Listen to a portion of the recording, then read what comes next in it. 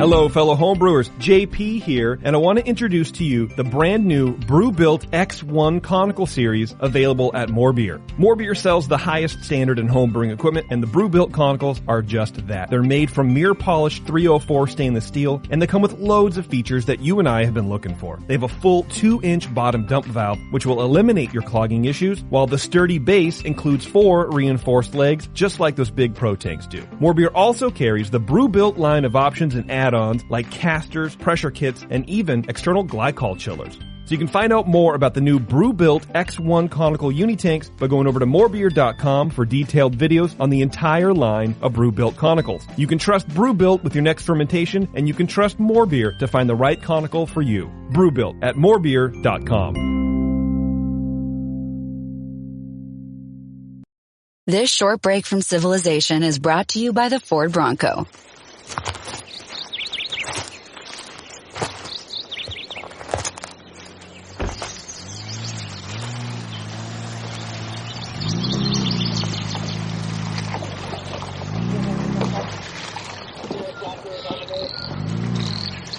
Get back out there.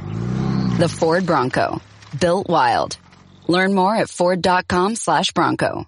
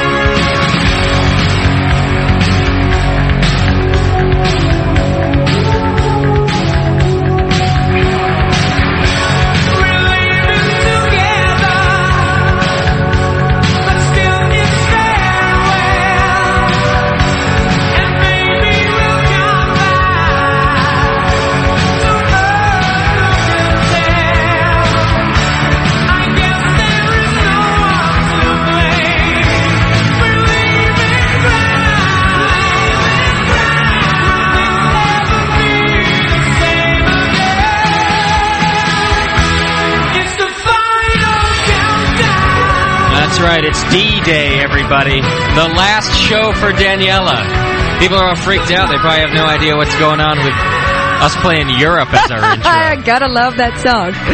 It's the final countdown, Daniela. It is. It's D-Day, JP. Panic in the streets. And I've been counting down greatly all day. I'm drunk already. Yeah, You've been counting down greatly? Yeah, okay. Just counting down vigorously. It sounds like it. Vigorously. You gonna get your last drunk of the weekend before you head over to... I'm gonna be drunk of the century the way I'm feeling right now. Uh-oh. Get the vomit bucket. I don't vomit. I'm a German. The Vomtum bucket. You Vomten.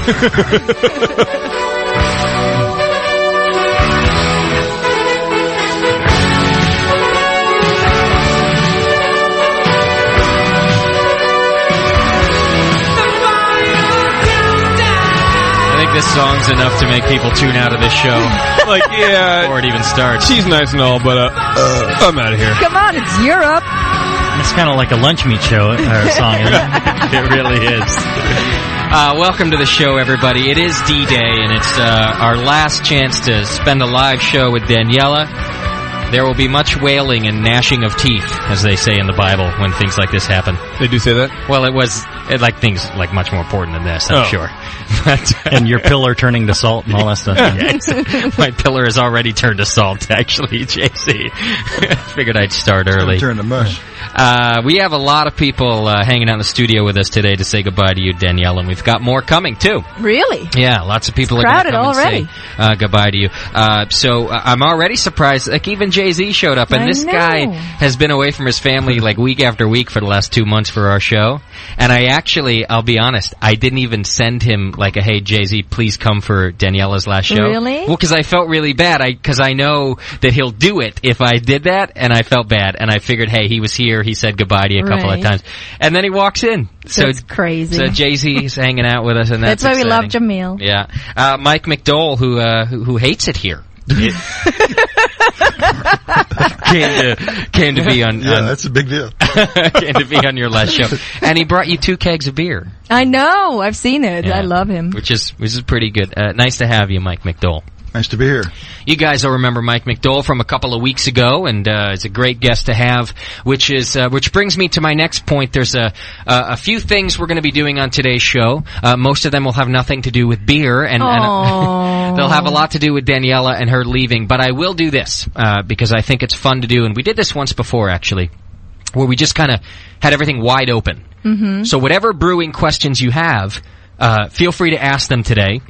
Because who knows who's going to work the chat room once Daniela leaves, and half your questions may not even get to us. So that's true. If you've kind of been storing them up and they weren't on topic, so you've been waiting, there is no topic today. So you can ask any brewing question you like. 888-401-BEERS, our phone number. Plus, Skype is working this week, I hope. Nice. We'll find out. But it should be working. And you can use both of those to call in and ask any brewing question you like. We got Jay-Z for a while. He's going to be hanging out with us. Mike McDole is here. Morgan from EJ Fair, soon to be another brewing company, which we're going to let you in on later. You're going to want to stay tuned for that. Sean O'Sullivan's coming over. Dr. Scott, he actually informed me he might be late today, so don't worry. He had to go to like Disney on Ice or something. Oh my God! So McDole, you should have like a beer just ready for him, because he's going to be a miserable bastard when he walks in that door. He's just spent the last 8 hours with Mickey and Pluto. Those are the only ones I know. Yeah, that's all the important ones. That's not true. I know the names of all of them. I'm lying. Like Ariel. So he will be here in just a little while, and you can ask him questions, of course, and everybody else is going to be hanging out today. I've got a couple of other surprises. I don't want to reveal everybody who's coming to the show. So just kind of hang in there and enjoy the great guests that we're going to have today and saying farewell to Daniela. And with that, we're also going to be taking phone calls and Skype calls all night long for whatever wishes you want to give Daniela. Or not. You could... You stupid bitch. Maybe there's like... Should we take a bet on who the first caller is going to be? Well, it's already on right ready. now. Yeah, well, you got one right now. You but got the timer? I say it's Bub or Push. One of the two. I think it's H2. I'm going to go out on a limb here and say it's H2. No, I guess I must have. I guess you don't have it, yeah. All right, let's find out. Caller, you're on The Session. It's our new Sunday name. What's happening? Hey, Justin. Hey, Daniela. Who are we talking to? Sad to see. This is Matt in Colorado. Hey, Matt. What's going on, man? I sent you guys a present a couple days ago. Daniela, what present did we get? The gift certificates for the Borders bookstore. Oh, yeah. Daniela stole both of them and spent them all today, Matt. I did. Oh. Yeah. Did you follow my suggestion on what to buy? No, I only bought stuff for myself because I don't care if Justin speaks any German or not.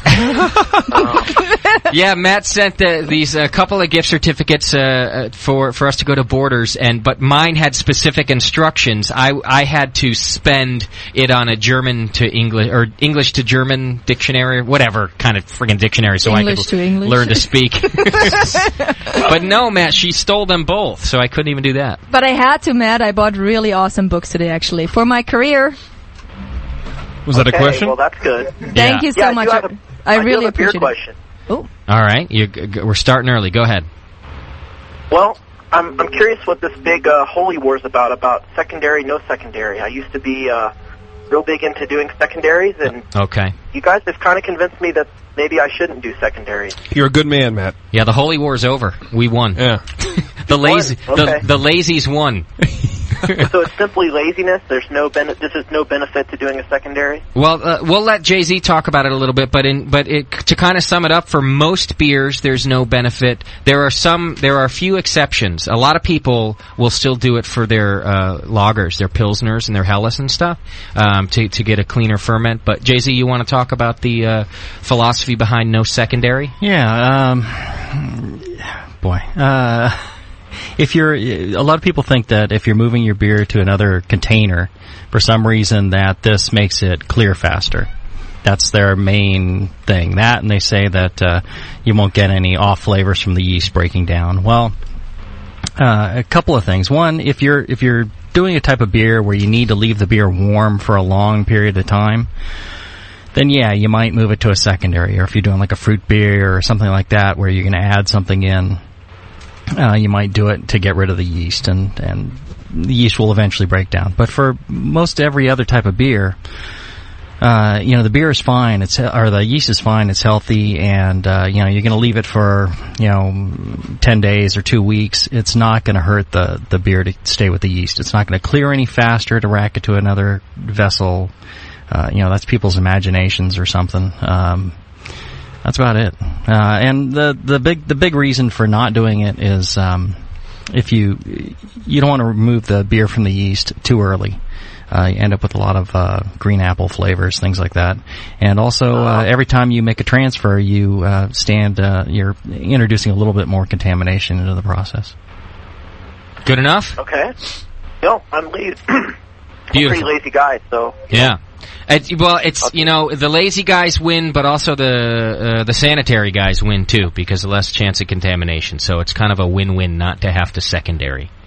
Secondary is old school, man, and we're new school here on the BN. Right. Bring in Daniela. it. Thank you. Thanks for the vouchers again. Yeah, thanks for the gift certificates. That was very nice of you, Matt. Okay, bye, guys. Bye, All right. Matt. Cheers. Okay, I am getting weird messages from my Skype. I got a Skyper on now. I don't know if it's going to work. If it doesn't, I may have to wait till after the break to get it. Skype? I don't even know. Secondary. Are you there? Secondary is old school, man, and we're new school here. Yeah. Like that? Someone's like listening to us in the background, and it's playing back to us. Thanks for the vouchers again. Yeah, thanks for Hey, Brian, you there? That was very nice of you, man. Brian, we lived through this. We don't need to hear it again. Cheers. Okay. Yeah, he's either not there or my Skype's jacked. All right, we'll maybe take another Skype call, see if it works. Otherwise, I'll have to reprogram. John Palmer, if you're out there, make sure your Skype's working. Yeah. I had it all straightened out before the show, but let's see. We already have another question about the secondary. Does secondary fermentation...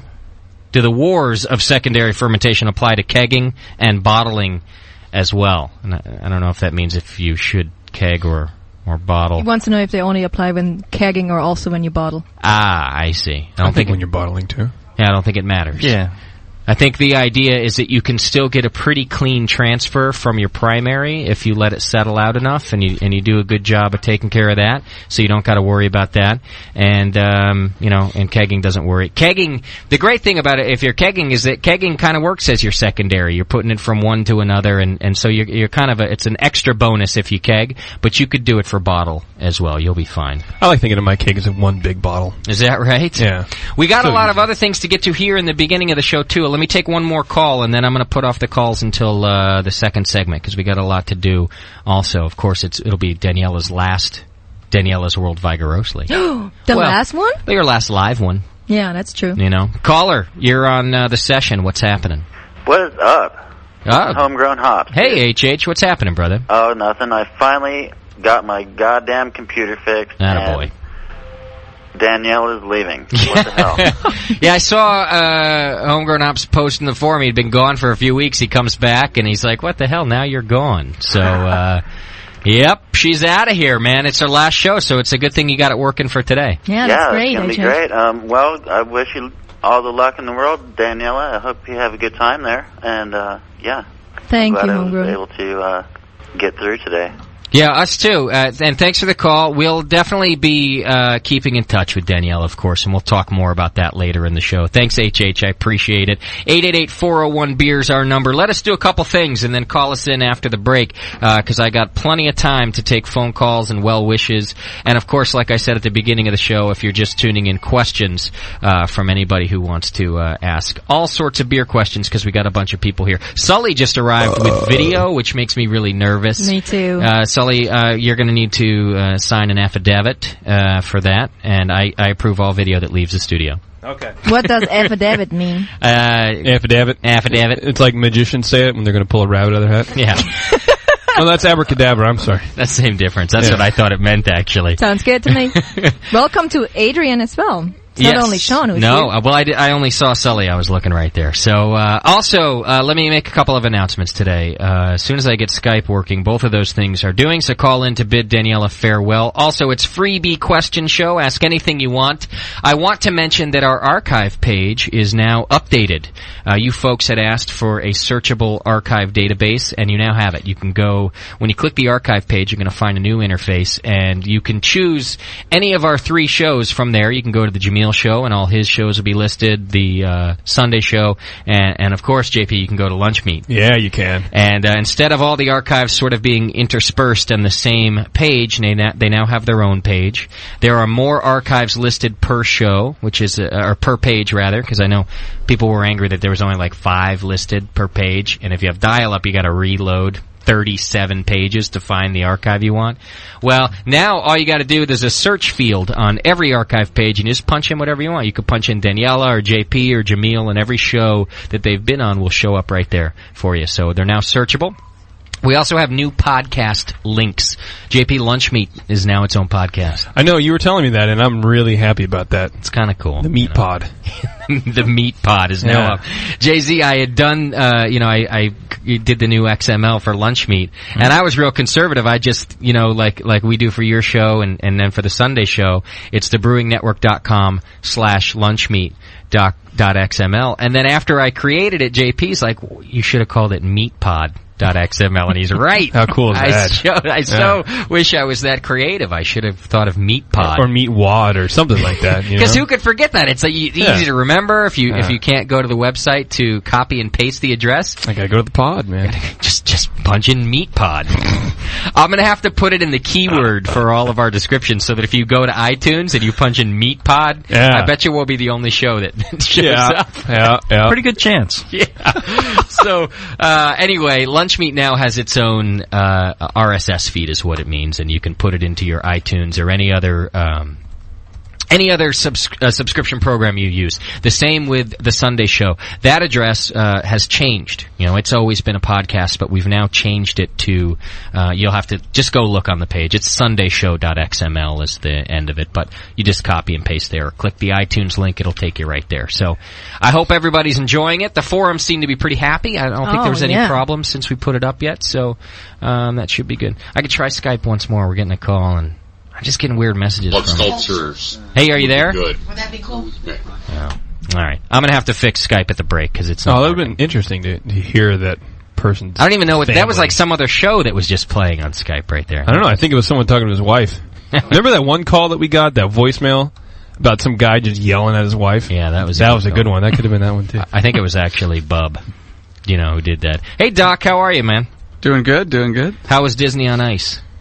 It's 2 hours of hell. What'd I tell you? He's going to be miserable when he gets here. If it wasn't for those 2 beers at intermission and that little nap in the second set. They serve beer at Disney on Ice? Oh, I think they have to. Oh, yeah. It's called medicine. Oh, they actually had a full bar, a semi-full bar. You could get that. Excuse me, honey, I'm going to the pharmacy. Yeah. Took a little nap in the second act. It's good. But the kids were all stoked, right? They were okay with it. They didn't even think it was that great? No. They were like, Dad, get us a beer, too. It was like a big advertisement for Disneyland. We went last year. It was pretty decent. But this was like, geez. Yeah. Well, it sounds like you don't have to go next year. Yeah. The kids are kind of so about it. At least you're done with it now. Yeah. Well, we'll see. All right, cool. Well, we're glad to have you, Doc. You made it. And you're just in time Because it's time for, your favorite part of the show. Feedback. Oh, I'm dead to you, right? Yes. Who said that? Who said that? Who is this person you're referring to? Oh, wait, that's the wrong one. That's Daniela's music. Who? Hey, so... I thought it was time for that. I thought she left already. Are you still here? Listen, the same guy keeps Skyping me over and over. Stop. I just told you I gotta fix it. All right, I'm just gonna turn it off. There. It's like calling me constantly. Who is it? Oh my God! You've got mail. Kick ass. All right. As you might have guessed, all the feedback this week's about Daniela. Really? Yeah, is it good or bad? Don't make me cry on my last show. I have a feeling there's going to be a lot of crying today. Are you going to cry? That's what the chat room wants to know. I told him that you did all your crying already. Yeah. I hope not, but... Or did it get him laid? I'll probably cry today. I'm going to ask you. There's no crying in showbiz. That's right. I'm going to be asking everyone to leave. Unless it's on the air. Then it makes good radio. I was kind of pissed about feedback this week because... Oh, really? Well, because I got two different angry Jamils here. Right, this is what I get. Meanwhile, Daniela all week is responding to fan mail. Yeah, like she comes into the house from work this week, and it's like, oh, how was work? What'd you do? Oh, I responded to fan mail all day. Wow. And all I get is angry Vinny Puppet and angry Jamil. But it's fan mail about the station. It's your kind of has to do with you too, sort of. Sure, kind of. Sort of, but not. It has to do with you, but I answered them all. Yeah. You read none of them. 3 paragraphs, and oh, by the way, say hi to Justin. So you must be happy that I'm leaving now. All the good energy is going to get it. I don't think so. I think you'll still get it. I think it's going with you. Yeah, I think I'm just all going we're going to get is, when's Daniela coming back? All right, let me read what the first angry Jamil sent. Justin, you no-talent hack. There was a pool going for how long it would take you to drive Daniela away, and I had $100 that she would stick around until at least June. So he lost. He's pissed. So what did you do to her that pushed her over the edge?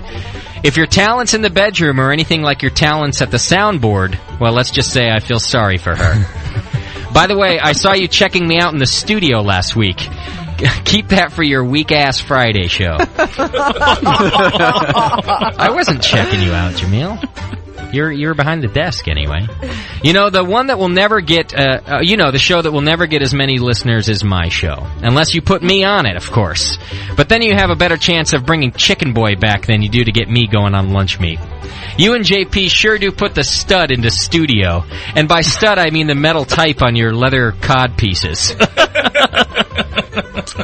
Doc, if you ever stay sober enough for another show, I'll personally come to your house and squat over your fermenters. He's really angry this week. That's really angry. He's taking out on me. Yeah. But you'd probably just add some yeast and enter that anyway. Not that anyone would notice. Oh! Wah, wah. The only way I can be in the same room with you is if you're so drunk that when you talk, you make me sound better when I actually grace your ears with my words. Wow, Jamil, what's going on here? And he says, who am I fooling? I always sound good. And then he goes on, Jamil says, since when do you start allowing JP to come on the Sunday show? Doesn't he have some guy to pick up or something? That kid couldn't brew an award-winning beer if I brewed it for him. There's a bunch of other angry stuff here. Let's see. Daniela, since this is your last show, I'll go easy on you. And just say that since you've been here, I've had a reason to listen to the show. Other than to make fun of these, quote, brewers. When I force my family into another vacation, I'll come visit you. And let you ask me any 5 questions about brewing that you want. For free.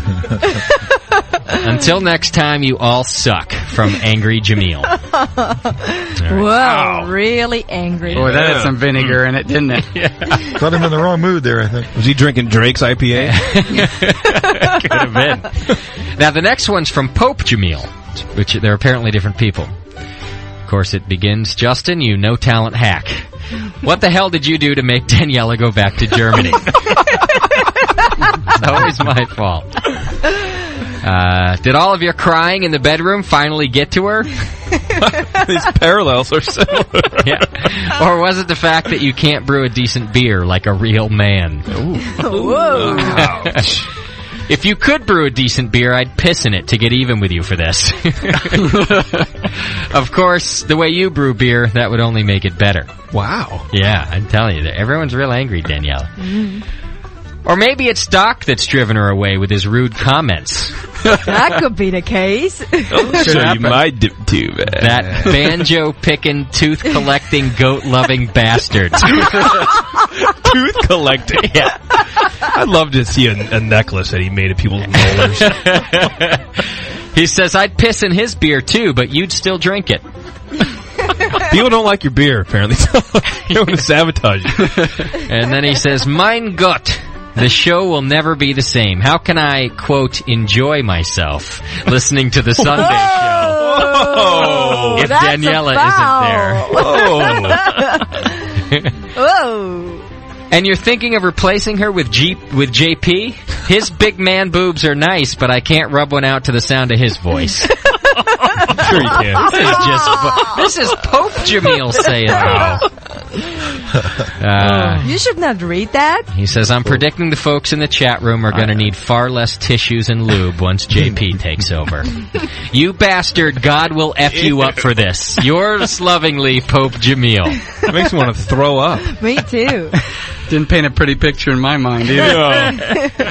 I'm thinking all this is made up.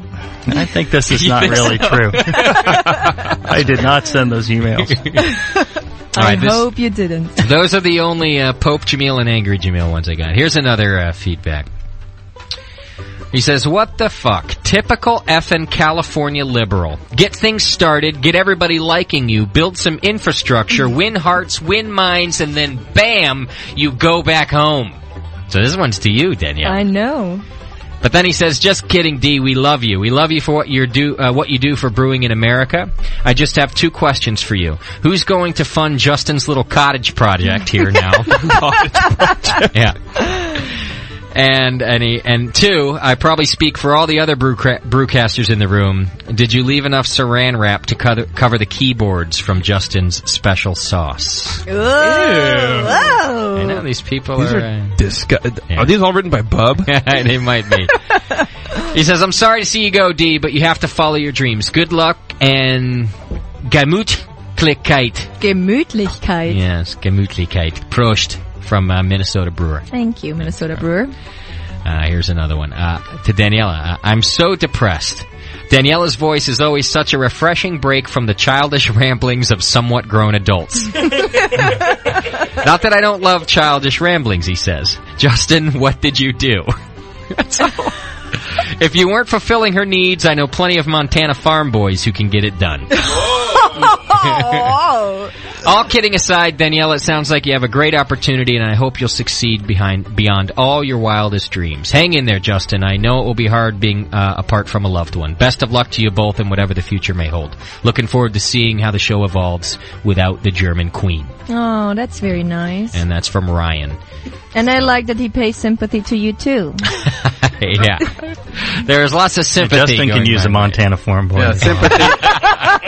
And they didn't offer me any of those. I think the new chat room host should be a Montana farm boy. Could be. Yeah, all JP, right. What do you think about that? He's getting very happy over there. Got a big smile on his face, huh? All right, Doc. Last one's just a general props to the BN, so you'll like this. Oh, good.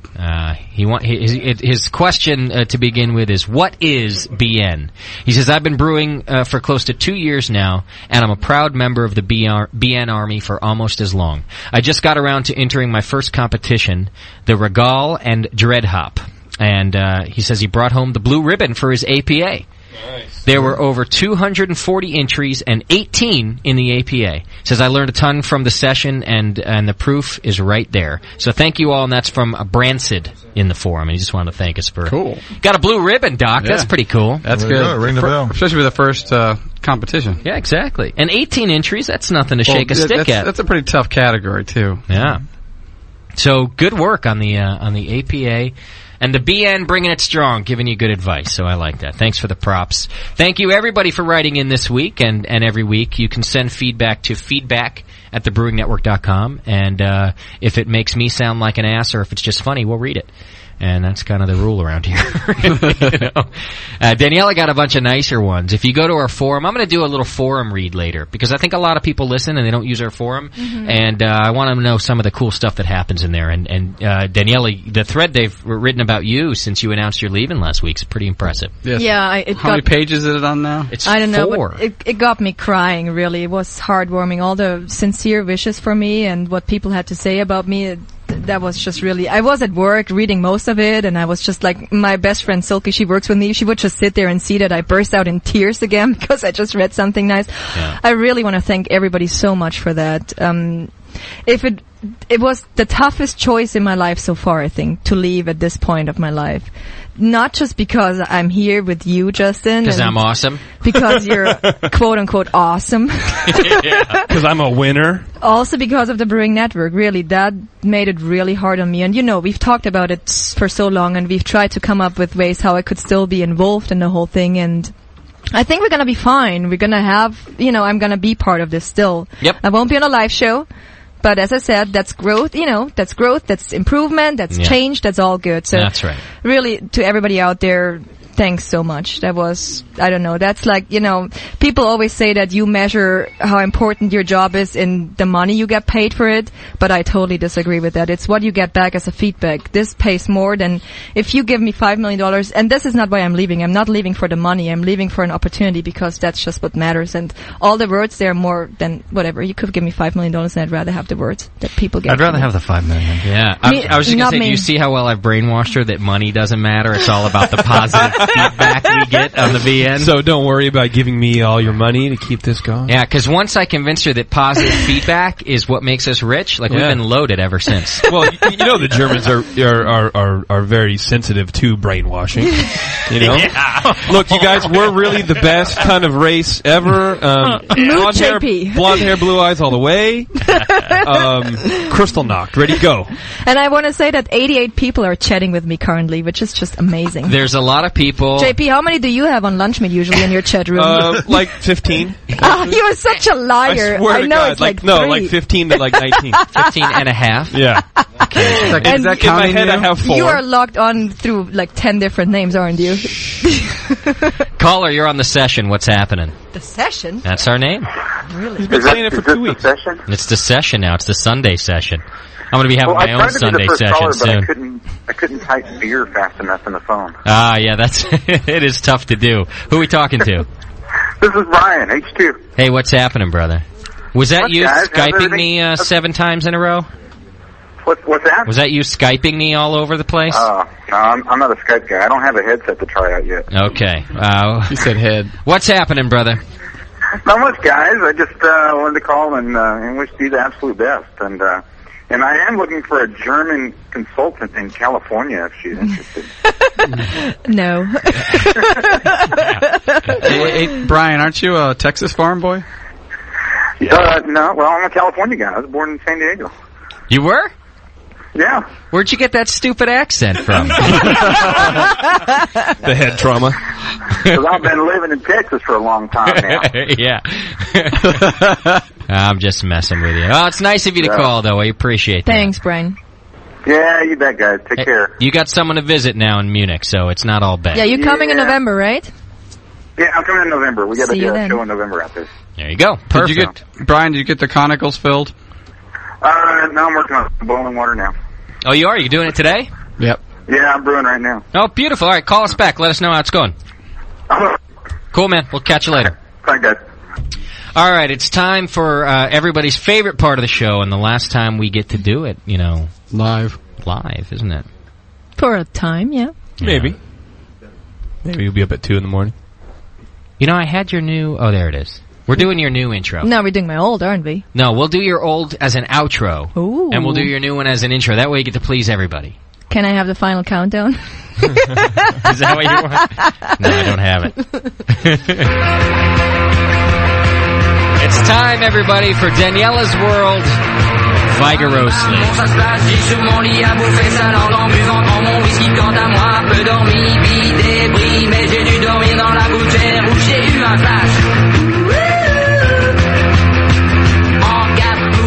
Doesn't that song make you happy? It does. It makes me bounce around. We're going to have to play it later when everyone starts wailing. Fastenzeit is Bockbierzeit. I agree. Right. That's my segment today. Yeah? Yeah. Is that Right. Sounds good. Keep it up. So, as we all know, Germans love themselves a good, strong lager. Currently, we are celebrating the 5th season in Bavaria, the Bockbier season. Historically, Bock beer was developed to be able to store the beer for a longer period of time. Developed in northern Germany first, Bavaria quickly picked up the style and has now become the biggest producer of Bock beer in Germany. Important to know is that Bock beer is not named after a male goat, which would be the literal translation of Bock. Oh, I thought that was it. No, it's named after the city Einbock, which first came up with the style. So now we know that. You've learned something. Okay. In developing the style further, the monasteries have a very important role, as the German saying, Flüssiges bricht Fasten nicht, which means liquid does not break your fasting. Of course it does. Yeah. What? I knew that. Sounded like you were talking backwards. The monks, not too busy with other tasks, were able to brew all day, write down recipes, and talk about brewing. Historically, the monks needed the authorization of the Pope, as the Pope was really concerned about the monks indulging too much. So the Pope had the Bavarian monks send him some Bock beer over to Rome. Now you can imagine the little barrels were shaken up constantly, exposed to sunlight on their journey to Italy. So when the Pope got to try the Bock beer, it was already sour, so he couldn't see why somebody would enjoy the taste and approve the request. Little did he know how awesome fresh Bock beer actually tastes. So he only authorized the German monks to brew it because he thought that was totally disgusting stuff. Really? So this is how we got the great Bock beer. That's great. Yeah. I don't know. It sounds like yeah, I'm not really sure you ought to be able to drink that. Send me a couple of kegs. Yeah, I'll check this out. It does sound like that. And keep sending me some once a year, and just for me to make sure it's okay for you to drink this and it's true. Well, if the Pope says so, I mean, it does sound a bit like that. Something I would do. There you go. So the monks of the monastery in the Au, which is a little part of Munich, developed a certain specialty for the time they had to fast, the so-called Doppelbock. The well-known Salvator Doppelbock, and I think you all know the Salvator, right? You do. You don't? We call it Salvatore. You call it Salvatore? Well, it's Salvatore? Salvatore. Doesn't sound German even. Sounds... It's Latin. Oh, okay. Yeah. It does sound Latin. Dummy. So the well-known Salvator Doppelbock was brewed to honor the monastery boss Franz von Paola, and the same recipe is still being brewed in our days, actually. Mm-hmm. Famous Bock beers from Munich region are, for example, the Salvator, the Triumphator, the Maximator, which you like a lot because from our favorite brewery Augustiner. Yeah. The Animator, the Optimator, the Unimator, and the Delicator. Wow. Yeah. As I said, it is... I think that Vinny stole the old shun thing from these people. Sounds like porn names. You know? You do that same, ending of all your beer names? Well, he's just a very traditional brewer, isn't he? He is. That's true. He even said that on the air. Yeah. So as I said, it is Bock beer season currently in Munich. Me personally, will be going to several events such as the Salvator Festival, the Maximator Festival, and the Triumphator Party. I'm going to be very busy in the next couple of weeks. Most of them officially kick off this weekend, I believe, and I'm going to have a really great time. Is that right? Breaking our hearts. Yeah, no kidding. You don't even start work this week, right? So you have this weekend to get drunk and stupid, and then you have to show up for your first day of work. Yeah, but next week they're going to understand that it's Bock beer season. Like everybody knows it. I mean, what are they going to do? That's a pretty good deal. Bothers me that they have beer holidays there. Not that they have beer holidays, but that everybody at work there understands it, and we show up, hungover, and it's like, oh, you're bad. Yeah. What's wrong with you? So I smell like beer. Yeah, it's a Great American Beer Fest week. What are you doing? Yeah, I need 10 days off. Employers everywhere should respect asses. That. Yeah, it's got to be paid. Yeah, it does. Somebody says there should be a beer called the Poopinator. The poop. I agree. As we're complaining about this, Morgan and Sully are just laughing at us because they have the job in America that does respect beer festivals. True. If there's a beer festival and they show up the next day drunk, it is completely acceptable and respected. And you can't smell it on them because it's a brewery. Friggin' everything smells like beer. That's true. You know. It's actually expected. It is expected, right? Oh, I gotta go to work. Hang on, let me pour beer all over myself. I've been around Morgan, though, like the day after a festival. He does smell like a brewery. He's one of those guys. Like, it's all in his beard and stuff, and it hangs it hangs around. Well, he just believes a quick dip in the holding tank will sober him up. Yeah, and then he's fine. We're going to hear from Morgan later about a new project he's working on, so hang in there. We're going to be doing that soon. Actually, maybe even in the next segment. Is that the end? That's the end. I just want you to know that I'm going to have a great time. Are you going to send us pictures? Yeah. Oh, I'm definitely going to send pictures. Roving drunken report? I'm going to deliver some drunken reports. Good. Sing us your song one last time. That's not you singing. I don't know the words. What? I told you the words. Yeah.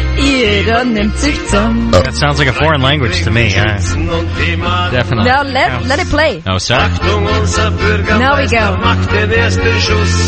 Schützenliesel. Jay-Z knows that one. Dreimal hat's gekracht. Boom, boom, boom. Schützenliesel. Very nice.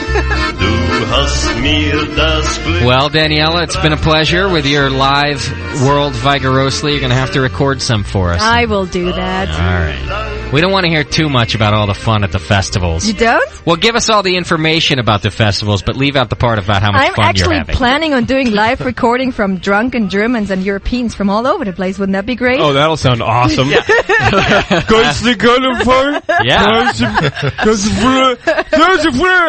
like really that was good a German radio. talking very much drunkenness about the Doppelbock. Oh, okay, good. It's like the last half hour of the show. Yeah, great. Sounds pretty much the same. You're right, McDowell. You don't have to do all that work. We'll just keep playing the last half hour of our show. Wow, now we're at 100 people chatting with me currently. Okay. Is that a record? Yes. I'll also tell you. Are they chatting with each other or just to you? It's like some webcam advertisement. Come be one of 100 people chatting with me right now. Most people online ever. You're just jealous, JP. Maybe. Bitch. Wow. You're allowed to be angry today. Yeah. It's no wonder they love her. Wow. That's right. This is great.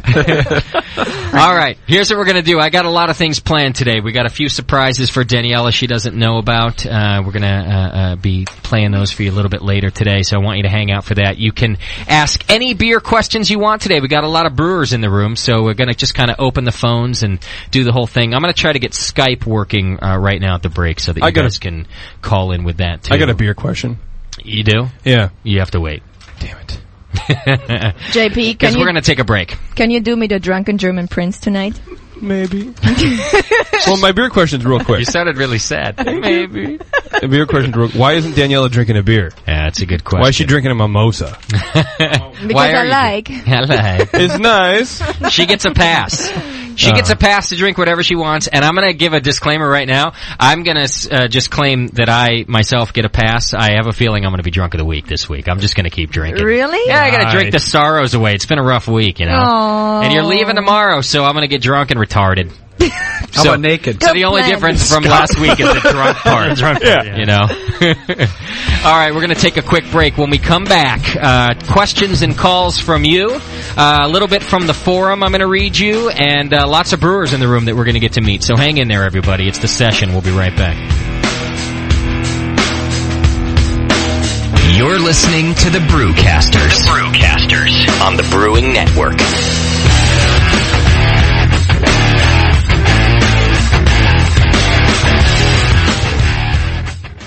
St. Paul in his letter to the Ephesians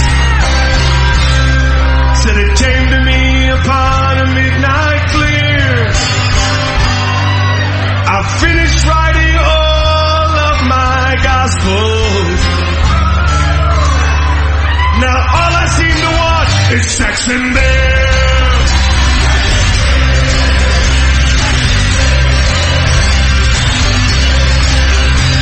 Mark Antony looked down on Caesar's body.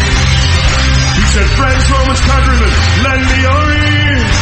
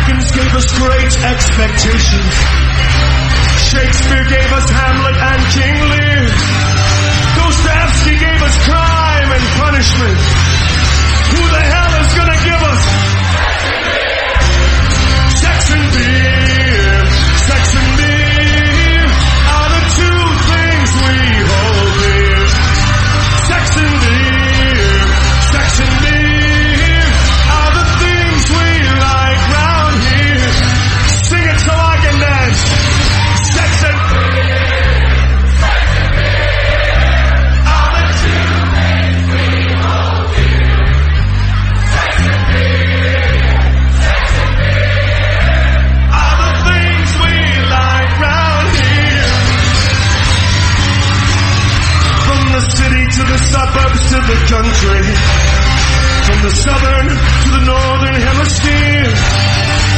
They're holding a tremendous referendum, and everybody's choosing sex and beer. Sex and beer are the two things we hold dear. Sex and beer, sex and beer are the things we like round here.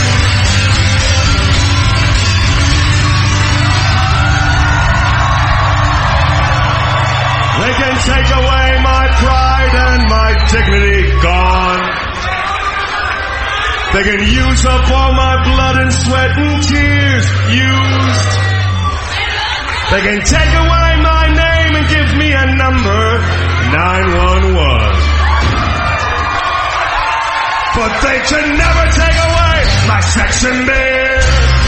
Sex and beer, sex and beer are the two things we hold dear. Sex and beer, sex and beer are the things we like round here. We like sex and beer and sex and beer and sex and beer and sex and beer.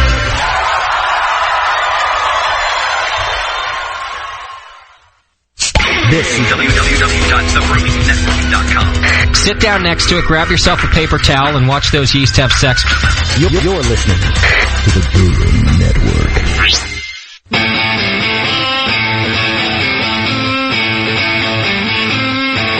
You're listening to the Brewing Network. Because like beer, radio shouldn't suck.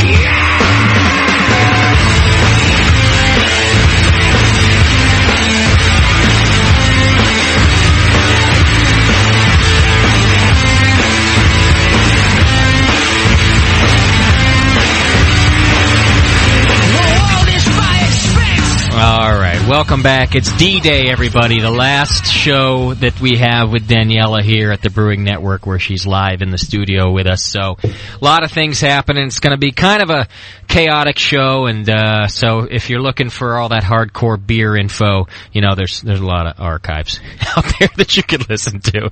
But I do have some things for you. We're going to have Morgan from EJ Fair sit down with us here soon and talk about his new project. That's going to be good. And also, I want you guys to be able to call in and ask any brewing-related questions that you have. 888-401-BEER. I just tried a new Skype thing, so maybe that will be working too. Someone can try that if you have beer questions. We got a lot of brewers in the room, so you'll be able to ask a whole panel of experts. Jamil's hanging out with us. Doc, we got McDole, Sean O'Sullivan is hanging out with us, and of course Morgan. So a lot of people that you can ask of. 888-401-BEER, and our Skype name is Brewing Network, or the Brewing Network, or something like that. You'll find us. Or Meatwork. Or could be Meatwork. Meatpod is how you get to us on Fridays. I should make us a Skype profile for Meatpod. JP will be happy about that. So glad that you're with us today, and we do have some things planned. I got a few different beer tastings. Doc, the cool thing about this show is that a lot of the beers that have been sent to us, that I hang on to because they're kind of sent for all of us, we got to drink them today. We got to taste them because Daniela's leaving, and if they were sent for all of us, then we got to try them. And it's cool because I got a couple of New Glarus beers and a couple of AleSmith beers, and we've got some homebrew. Jamil, you had brought us a bunch of beers from the Long Shot competition. Oh, yeah. But I drank them all week because it's been a rough week. So how were they? They were great. Like, the two that I really like are the Old Ale. Uh-huh. And that was the winner here in San Francisco. And that is really, I think it's a great beer. In fact, I'm drinking, this is a different one. That's really an awesome beer. And then, the other one, the Dortmunder? Thank you. The Dortmunder, I think is also great. Two very different beers, obviously. by style. So you can't really compare them, which is better. I wouldn't say that, but I thought that they picked some good winners. Yeah. And I'd be interested in your take because, and by the way, it's in stores now. You can go and they sell it by the 6-pack, and it just says it's Samuel Adams, and it says long shot on it. It's in a box, is what it. So you can go and you can try it at home. I'm curious from you because you judged the competition and you judged that Old Ale. Right. How did they do at replicating his recipe? I haven't tasted the long shot beers yet. Oh, you didn't try them? I brought those to you, and I haven't tasted them yet. Did you save some for yourself? Oh, yeah. I've got a case at home. They sent me 2 cases. I've been trying to give it out to people that could, try it and talk about it. So. Yeah. McDole's going into convulsions. How come I don't have any? Did you? Because I drank them all. It was a rough week. Exactly. Now, the other one that was in there that I do have that I didn't try because I just don't like that kind of a beer, but I should have tried it anyway because that's a poor excuse. The boysenberry? The boysenberry. It's a boysenberry wheat, right? Mm-hmm. It's a boysenberry wheat beer. Now, that was also a homebrewed recipe? No, that was, it was the employee recipe. So, okay. All their employees, they have like a homebrew competition internally, and then the winner, they narrow it down to like the top 3. Yeah. And then those people show up at the Great American Beer Festival. They serve the beers there. Right. And the general populace votes on it. Okay. And decides which one is the winner. Okay. So that was their winner for this year, that boysenberry. Right. Okay. Right. I didn't try that one yet, and I do have bottles of that, so maybe we'll do that later in the show. My brother's got an interview with Sam Adams tomorrow. Is that right? Oh, really? So, yeah, he wants to be the regional rep. The sales rep? Does your brother know that Sam Adams is dead? Yeah. Okay. So he'll do fine. But I told him, if he gets that they do the long shot next year, that he'll be an employee then. Yeah, that's and, right. We'll brew up a beer. Oh, that's fantastic. There you go. Now you can't cheat though. Well, I'll help him. Yeah, I'll instruct. I'll point to the right things. Yeah, hit that knob. Hit that knob. Turn that thing. Lift that. No, lift more. Lift. Caller, you're on the session. What's happening? I'm sitting at home crying. Oh, boob! You know what? I'm not even going to turn on the bub timer today, Boob. I think he's crying because he ran out of toilet paper. Oh, it's a rough show for you, huh, brother? Yeah, I mean, I made like a German wake dinner. I had German potato salad, Spätzle with pork gravy, and Spätzle. Wow, nice. And bratwurst, and I yelled at my wife. Yeah, good. I killed an ethnic person. She actually she said, I know why, I know why you're mad, and it's she understood. She understood. It was crazy. Is she not pissed that you're all depressed about another woman? Don't remind her of that. Yeah, why did you have to say that? Sorry. No, he's just bummed because it's the end of an era. Yeah. His world's coming crashing down around him. She's been asking questions, too. She's like, well, what's she doing? Where's she going? Cool. She's going to continue to send pictures and stuff. Yeah. I think we have to have a depressive of the week this week. Downer of the week. Yeah, the Debbie Downer of the week. Wah, wah. Yeah, Bub, you're on the way there so far. Yeah, I was gonna send you a case of Kraft macaroni and cheese. I may still do that. I would appreciate that. Instead of hitting the donate button, we will take pallets of top ramen noodles. Yeah, thank you. I need to eat. Daniela froze me 700 sandwiches. Our fridge is full of... Been cooking all week long for this man. It's full of frozen sandwiches. She left directions on how to make a peanut butter and jelly I've got a question. Yeah. Who the hell's going to cook for us? Yeah, Doc's really Chad. Yeah. Chad. Now you mean now that Daniela's dead to us? Yeah, pretty much. Who's going to cook for us? Chad's going to barbecue every Sunday. Well, we're going to go into ketosis because all we're going to eat is meat. Yeah. I don't know. I thought we'd have to actually leave the show after the show every Sunday and go eat somewhere else. Like go have food at a restaurant or something. You can't afford that. Because we'll just bust out some sandwiches. Yeah, just go into my stash of 700 sandwiches. We're just going to eat in the Hummer. You need to rename the session the Sausage Fest. I know. Well, we're going to try and find another female to be in Daniela's seat there because JP doesn't want to look at a dude. No, that's true. Actually, hot pants on him, what the hell? I have a surprise later. We're going to be introducing Daniela to her replacement because we did find somebody. And what? Yeah, we found somebody. I had to keep it on the down low, because I know you'd get emotional about it and depressed that it's a done deal, baby. Already replaced you.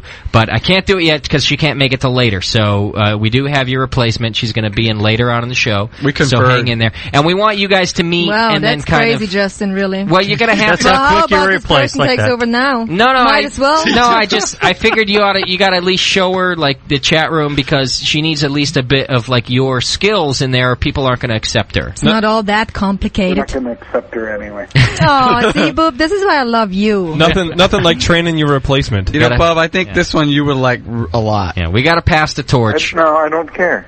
He doesn't care. Wow, not Bub. about boobs. No. Although that's helpful. What is it about, Bub?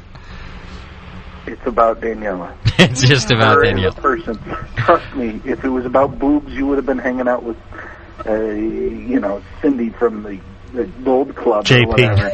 Yeah. Cindy sounds nice. Yeah. Cindy from the JP. And by the way, Cindy at the Gold Club is nice. And the accent. Yeah, you're right. It does drive you nuts. Well, we're just going to take a bunch of recordings, and we're not going to let the new person speak. We're just going to hit like little Daniela buttons. She just has to be able to type. Soundboard. That's the deal. All right, Bub, thanks, man. Call in later, right about the time you're about to hang yourself. Right about the time I puke all over the leather couch. Yeah, let's get it on air. Call us then. All right. Thanks, brother. I love you guys. Bye. Love you, Boob. Oh, poor Boob, man. There's only one Boob. It is the end of an era for Zoloft Boob. For poor Boob. All right, I wanted to get Morgan over here and have a chat with him about Morgan and Steve, by the way, because they're together in this new project, and I wanted to talk about the new thing. So, if you could pop up to the desk here, you guys, and let's find out. Morgan, you know him from EJ Fair, and that's a brewery we've had on here kind of often. Morgan always comes in and hangs out with us, and Morgan, in fact, I think he's the only brewer who's ever lowered himself enough to do lunch meat with us. That's true. If you type in Morgan in the search, you will get... Steve just broke the chair. Oh, that's it. You guys are out of here. Yeah, get out. My God. Yeah, if you type in Morgan in the Lunch Meat archive, you're going to find a couple of shows that Morgan actually came on and did the show. Like, he's the people's brewer, is what I like to call him. Yeah, it's a fun one. I don't care who I talk to. I will talk to anybody. Yeah, he'll come in with no Even pants you. and the whole thing and then do the regular lunch meat. Yeah, I always get the rejects from Beer and More Beer. Jonathan will be in the showroom, and the ones that are just really freaking him out, he's like, hey, go talk to Morgan over at the brewery. He'll give you a free beer, Yeah. So I always get the guys coming in, hey, Jonathan said I could get a free beer over here. Is that right? No. All scratching at their neck with Band-Aids hanging off. And you're like, well, if you grab a shovel and start emptying that mash tun, I'd be happy to give you a beer. Yeah. It's not exactly free. And then Steve, never been on the air with us before. Are you Morgan's new assistant brewer, or what's the deal? I've actually been working at EJ Fair for about 3.5 years now. Okay. Been the cellarman, and I just took over the sales rep position. I see. Yeah. Okay. So here's the thing, that EJ Fair is expanding and moving their operation to Pittsburgh. And Morgan, and I've known Morgan for a while, and I know that Morgan's an ambitious guy no matter how you look at it. For example, he just moved into a boat. Yeah, to me, sure. that means ambition. I live on a boat. Yeah, see, that's actually, a lot of people don't look at that as being ambitious. It's like a trailer on water, basically. Yeah, it is. Yeah.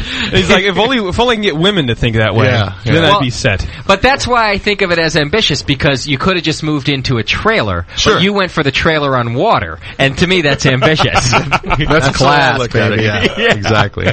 But you, and an excellent brewer, by the way, too. In fact, thank you. I will go so far as to say that I never liked EJ Fair's beer as much as I did after you started brewing. And there was a couple of styles that I particularly wasn't too happy with, and John over at B3, I hadn't seen him in a while, a couple years before we started the BN, and he says, you got to try this IPA, you got to try EJ Fair's IPA. And I kind of said, I've had it before, and I wasn't too. Finally, he forced introduced me, and I loved it. It was the one that you had won a medal for. At the sure. GABF. And I loved it, and I said, what happened? This is not the same beer. And he said, well, they hired a new brewer, and that was you. So I've been a big fan of EJ Fair since then, and now you're going off into a whole other thing. Yeah, right on. You know, it's all about diversity. Every single person brews beer a little bit differently. And, exactly. And they all have their little niche group that's going to enjoy that beer. So apparently you and I have a connection. Yes. That goes beyond just, well, partly it was free. I had paid for the ones that I wasn't too happy with, and he gave me this one for free. Right on. So it was really good. But what are you doing now? What's the new deal? So basically what's going on is, EJ Fair, we have opened up our ale house a couple years back, and it's been expanding into the market, and we're like in 2,400 square feet or something like that. Okay. It's not quite enough room.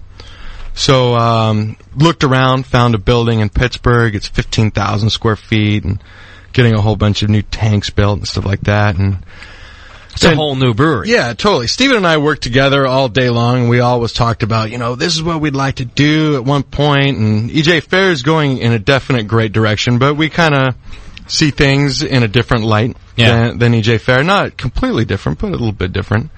And then I was talking with JJ, the owner of EJ Fair, and he was saying that he had to put the 15-barrel equipment up for sale. And that's your current brewery. Current brew house and fermenters and all that kind of good stuff. And Steven and I were kind of talking. We're like, well, maybe we should buy that stuff and, go out on our own. So that's pretty much what we're up to. Okay. At this point. And it's going to it's going to be nice. We're going to stick the same way. Steven is going to be concentrating on, distribution and sales. He's definitely the face man, That's too bad. Yeah. not the right face for a face man. Yeah. Can we call you face man? Well, as long as you have a good handshake and you're pleasant, I guess you'll do fine. You should see him shake it, too. I'll sell a few beers itself. Yes, definitely. So you're essentially, for you're kind of staying in the same spot then. You're going to take over the brewery you use now. But as a new company. Totally, yeah. Just changing the name. It's kind of nice because, I don't know, about 2-3 years ago, we had to upgrade from a 7-barrel system to this new 15-barrel steam system that we're on. And, when I was in charge of arranging for everything to get installed, and I knew what our budget was, and when I would talk to companies, just the installation of the boiler itself would have blown the whole budget. So I got to do it all myself. And, so it's excellent that I'm starting a brewery that, along with Steve, where I already know the equipment. I built it. So it's almost like cheating in a way. Now, if we can just figure out how to sell beer, that would be ideal. See, and now I'm going to be honest with you too, because I had heard about this before. Us here talking about it. I had heard that you're buying the place, and I worry for you. Not because I don't think that once people try your beer, they're going to love it and you're going to sell beer. But I know just from talking to people, and especially now, craft beer is really competitive, and there's a lot of craft brewers out there. Definitely. And there's a lot of excellent craft brewers out there. And there's a lot of pubs who have their tap handles full up. And real estate for tap handles isn't, what it was maybe a few years ago when they were just buying up anything. Fill it up. Give us something.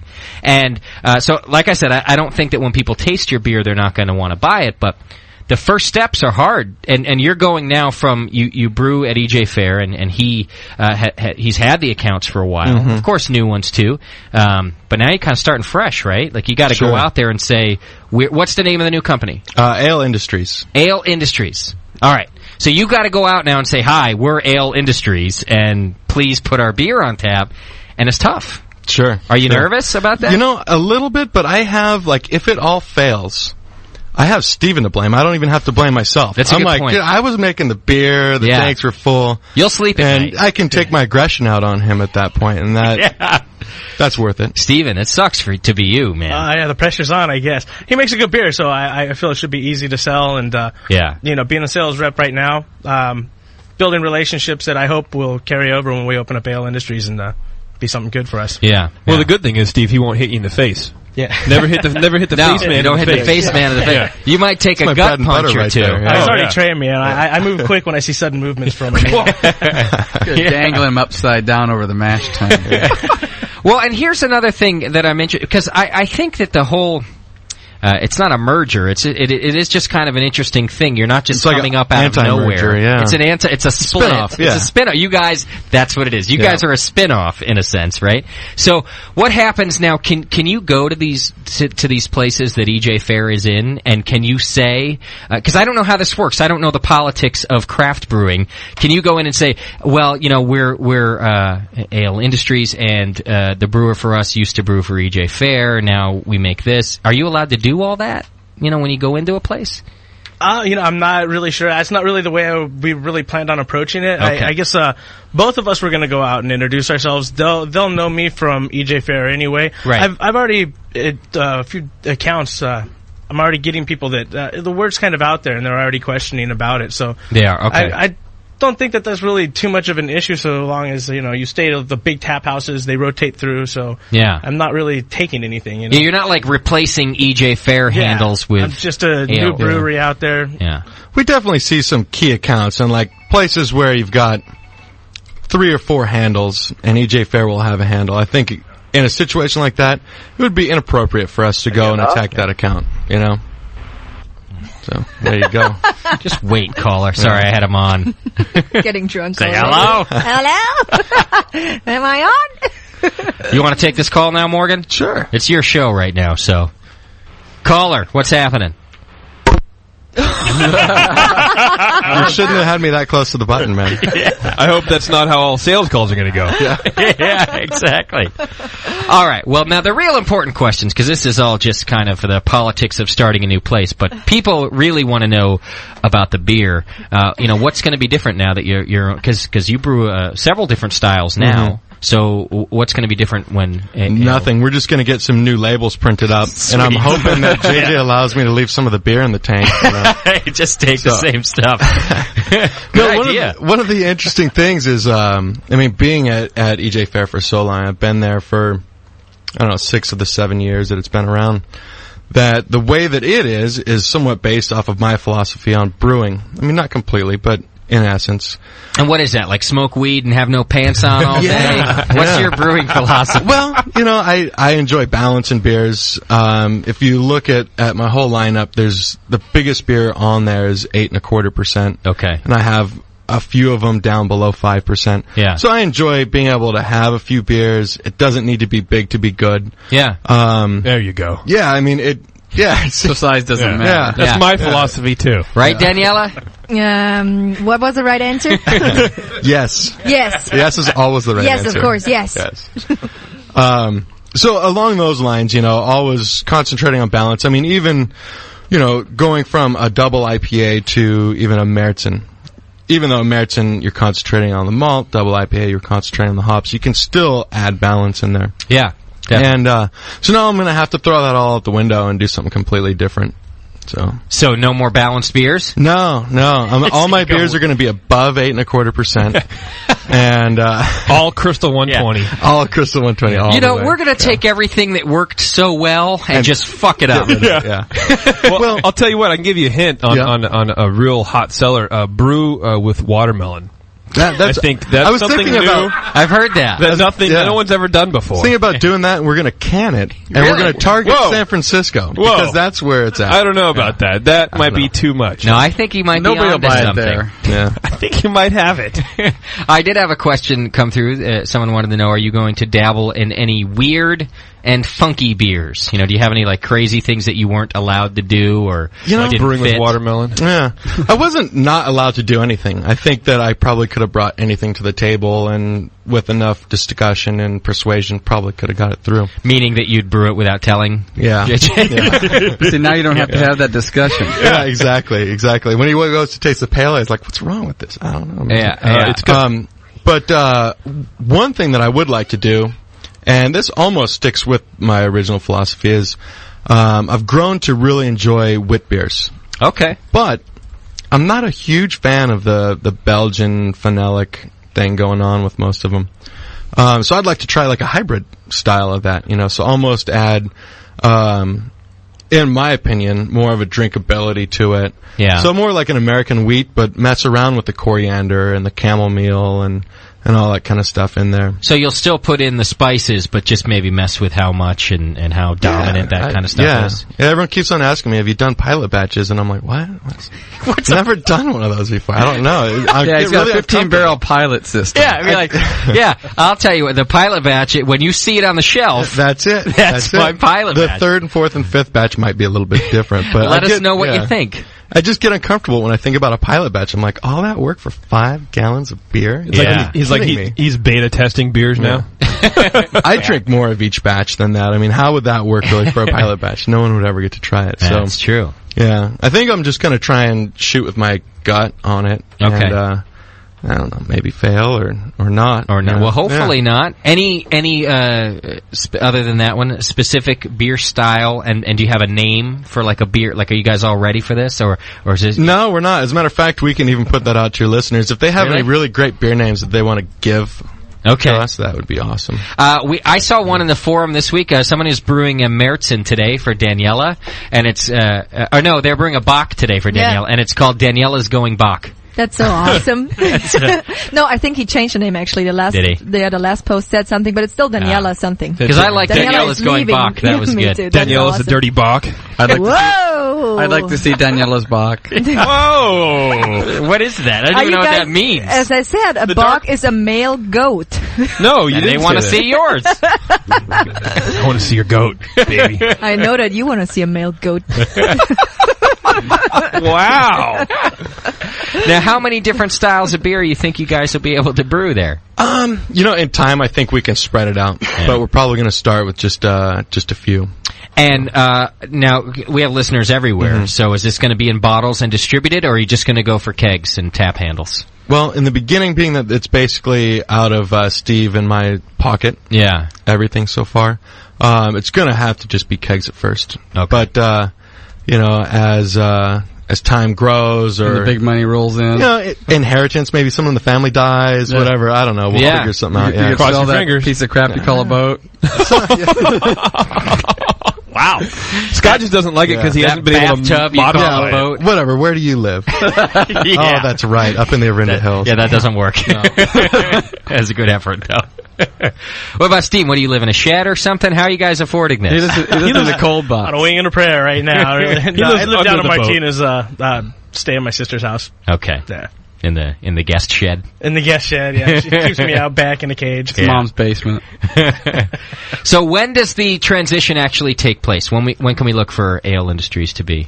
There's nothing extremely definitive on that because it is taking place where we're starting it in the footprints of EJ Fair when it moves. Basically, when it moves. Yeah. That's when we do it. The date. Yeah.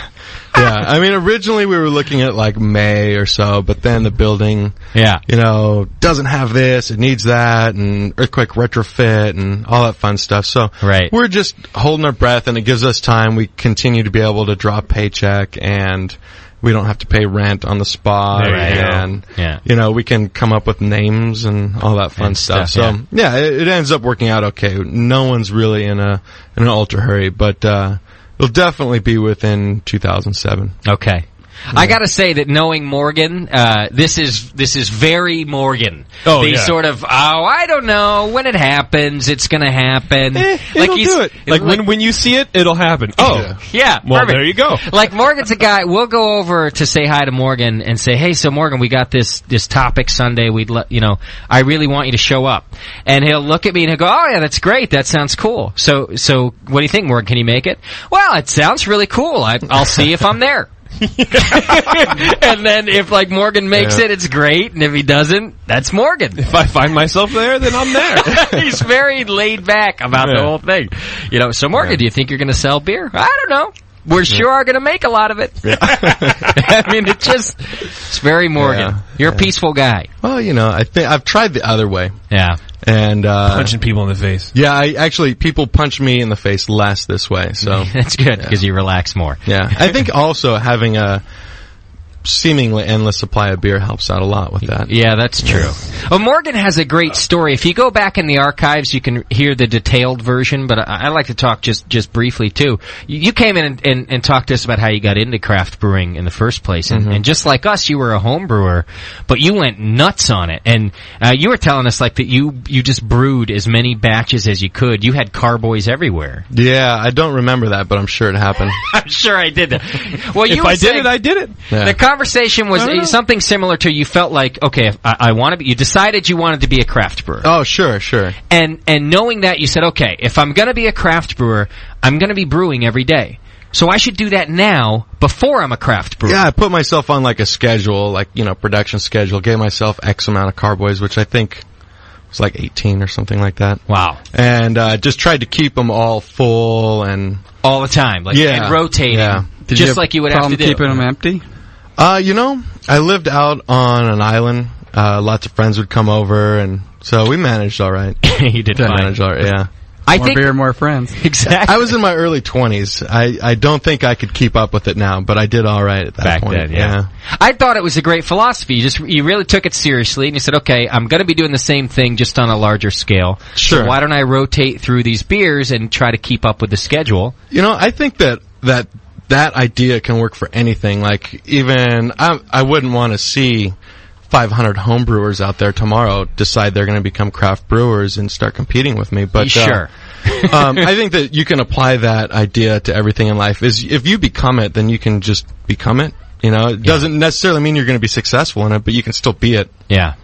So it's a very zen way to look at it. Yeah, it is. You are that thing. You suck, but that's what you are. But there's room for everyone. There's room for people to do things good. There's room for people to do things bad. Sure. That's why I'm employed, right? Yeah, exactly. Doc, I've decided I want to be a dentist. So I think that now after every Sunday show, I'm going to give whatever guests we have free dental work. I have a toothache actually, right here. I'll take care. Yeah. I'll start today. Perfect. We'll hang out in the kitchen there. Did you bring any tools, Doc? No, I can work on some like we can work. I got some pliers over there, and we'll be fine. Justin, if you become a dentist, I'm gonna stay. Yeah, because that means big house and nice backyard. I doubt it. Like Morgan said, there's room for people who are good at things. Yeah, which is not where you belong. There's plenty of bad dentists. Sure. Yeah, and they have big houses and nice backyards. Yeah, they do. Unfortunately, yeah. All right. Well. I remember when Morgan first came on, when you were tweaking the Pilsner or even the IPA or something like that, and you go, here, taste this. And I had a little bit, I'm like, that's good. It tastes a little different. You're like, yeah, I tweaked the recipe. I put a little wheat in it or something like that. I'm like, oh yeah. That's cool. Does JJ know? He goes, no. He goes, I just did it. Like, immediately, he was just, decided that if he was going to man these beers, then they were going to be what he wanted. They're his beers. And I'm really looking forward to you guys going on your own. I think you guys are going to do some good stuff. I'm going to start hiding stuff from Steven now because it's become a little bit of an obsession for me. Yeah, now. like it won't be fun anymore. Steven will be like, this tastes different. It's good, but it tastes different. Did you do anything? Nope. No. Maybe you just ate pizza or something. Yeah. I don't know. Steven? Yeah, that's a good idea. Yeah. I can see how that would be like part of the fun for you, Morgan. You're going to miss that. The thrill's kind of gone with that also at EJ Fair, because now I'll brew something and JJ comes in, happens to come in while I'm brewing. He's like, oh, what'd you brew? And I'll tell him. He's like, did you mess with the recipe? Yeah. Yeah. What'd you do? I tell him. Yeah. Okay. Yeah, and it's like, oh. Does it keep people piling in? Yeah. Well, then leave me alone. Right? I think that's fun, though. Like, you need someone to kind of, like, reprimand you or something about, you changed it again. No. Okay. Or how about, did you change the recipe? What do you answer? Yes, it's good, or no, and that's what he's looking for. So, yeah, I thought that's what you did, Morgan. I thought he would come in and say, did you change the recipe? Well, do you like it? Yeah. Yeah? Didn't touch it. Yeah. The way you wrote it is perfect. Yeah, it's just didn't touch it. It must be the fluctuation in the water system or something. Well, I'm excited about both because I really like EJ Fair's beers, and I'm actually pretty positive that a lot of what you've done for the beers is going to carry on to the new place, and he's going to take some of those successful recipes that you've done and keep them moving. Yeah. So I'm excited for both companies. I really want to taste what you come out with, and I'm curious to see what EJ Fair does to moving on as well. They're getting a fantastic brewer to take over what I'm up to right now, and I think that's public now. Am I allowed to say that? I believe so. I think you can say it, not me. It's James from Moylan's, the brewer from Moylan's up here. Yeah. And he's a fantastic brewer too, like great. Morgan said. Definitely. And he was looking to kind of actually, that's not true. He wasn't necessarily looking. He definitely always loves to be able to do more and to get into a new brewery like any brewer would. Mm-hmm. And I think JJ kind of found him, and they struck a deal, and now everybody's happy. And Moylan's, they just promoted somebody that's there, so they're happy. It's almost like everyone gets to kind of come up a little bit on it. It really did sound like a good deal. So that's cool. So all the EJ Fair fans, don't worry about it. Someone who is definitely capable is going to be... Someone worthy will take it over. Yeah. A good brewer. And heaven forbid, he may even do a better job. Uh-oh. I don't know. You never know. You never know. But if he does, he'll do Morgan's a different punch job, him in the and that'll face. just make you stand out more. Yeah, that's cool. Is he going to come brew with you at the place now to see? Yeah, we're actually going to have like 2, 3, 4 months overlap. You are? Okay. Yeah. I just came up with this the other day. I was pretty proud. I think it's easier to replace a brewery owner than to replace a brewer. I mean, both of them would suck. But at the same time, I think if you're going to pick one to replace, and obviously if both of them are working well in the situation, I think it'd be easier to replace an owner because I don't know. That's one thing that I'm kind of not looking forward to. Starting my own thing is, in time, it seems like all you do is paperwork and run around. Yeah. Sure. Yeah. I'm wondering with your laid-back attitude, like, the IRS, hey, we need that. Oh, I know, you're going to get it. That might work for about a year. Yeah. Maybe. That's going to be a new hat for you to wear. Yeah, actually, it works for about 5. Does it work Is for that 5? right, Doc? So hopefully by 5 I can get an accountant and an attorney, and then I'll be set. Yeah. By the way, you're going to have to go back and take care of a bunch of stuff. Yeah. I'm going to go to Belgium. With everybody else. Yeah. Well, it does sound like it's a good deal. I'm glad that James is coming to brew with you a little bit first, just to see what's happening. And it sounds like a good deal for everybody. So, I guess we're looking at later in 2007. Just hang out, and I think what I'd like to do is have the two of you, Stephen and Morgan, in here to come back. Maybe a couple of months into it, or a few months into it, and see what's happening. Even if you're miserable, like I want you to come in and talk about that. That would even be a better show. It might be for me. That would be good. I'd feel bad for you, but it makes for good radio. Or they hate each other. They have to do like Steve has to be in the living room. Yeah, and Morgan has to be in at the come in different entrances. Morgan's boat /house is like half sunk. He can't afford to get it out of the that would make for good radio, but personally I'd feel bad for you. Yeah, no, that would suck. As long as McDole was here with his kegs, I'd still show up. Then everything's good. I really would like you guys to come in because I think for homebrewers out there who are interested in kind of taking the leap, you guys are a fantastic story that we can talk about. Definitely, doing it. Because it is a small scale brewery that you're taking over, and I think people could glean some good information out of that. Well, you got a whole other hat you got to wear. Yeah. You've been brewer, now you got the owner hat you got to wear. Yeah, and it has a big feather and it's real bright. Yeah, that's what I'm talking about. Well, they both did the same thing. I mean, they both basically hounded a brewery for a job. Yeah, Stephen. Totally. Which is great, and that's what every home brewer dreams of. Is like bothering a brewer not to get get out of my brewery, but come in and here have a job. That's great. All right, Daniela tells me she's taking a break now, which it's her show, so I guess that means we're all taking a break. How many breaks did we take so far? We're going to take 7 tonight. We just took 1, right? Yeah. So John came in and he brought me flowers, Justin. Yeah, the guy walked in the studio with a beer and flowers. Yeah. That's great. And JP, I feel so bad for JP because he really thought they were for him. Yeah, I thought they were for me, but... for JP. But then John walked right by JP and brought them to me, Justin. Flowers. But flowers. John gets paid, though, so, They're just going to die. And and now I just answered every feedback that I read. Why? What did you do to make her leave? If I get you flowers, they just die. Exactly. Why would I say I love you? You're going to die soon. Oh, man. At some point, you're going to be dead. All right, we got a full studio. There's really a lot of people here. We're going to take a quick break. We'll talk to John Plissé when we get back, and Sean O'Sullivan, and I don't know who else. There's a lot of people in here. Jamil. Mike McDole, of course. We'll get Jamil back on the mic, plus a couple of surprises coming up for Daniela right when we get back. Hang in there. You're listening to the Brewcasters on the Brewing Network.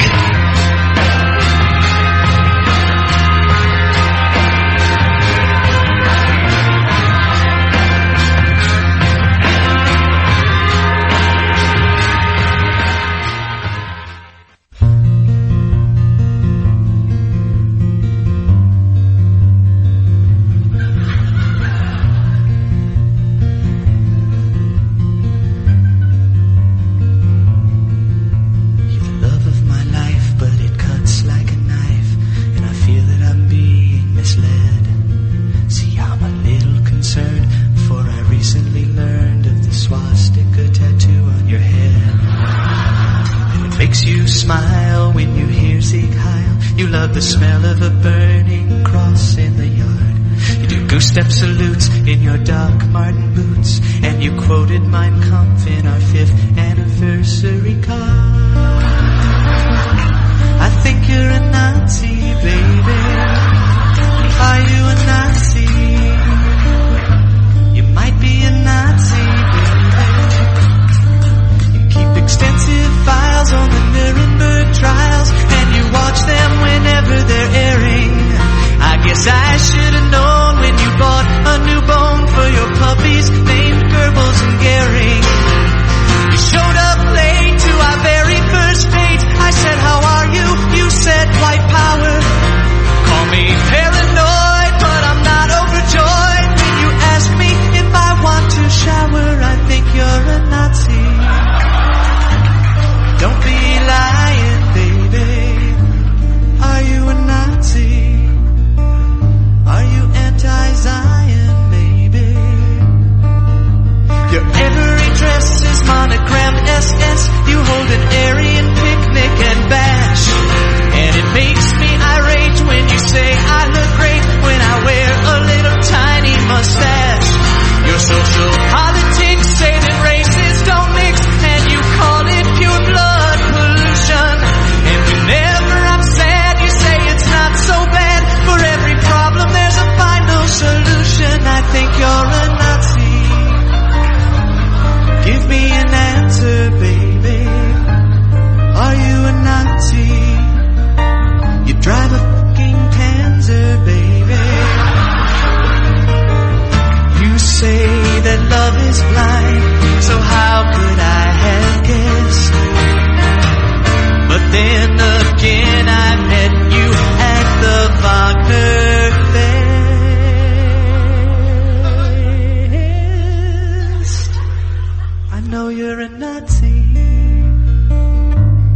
and that's why I'm leaving. I know you're a Nazi, sure as my name is Stephen Lynchbergstein.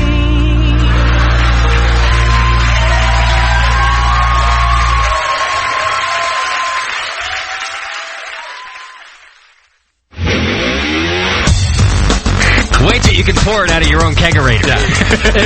I mean, your friends will look at you with awe. And it's just hot. It is? It's so super hot. The home of live beer radio. TheBrewingNetwork.com. Because like beer, radio shouldn't suck. You're listening to The Session.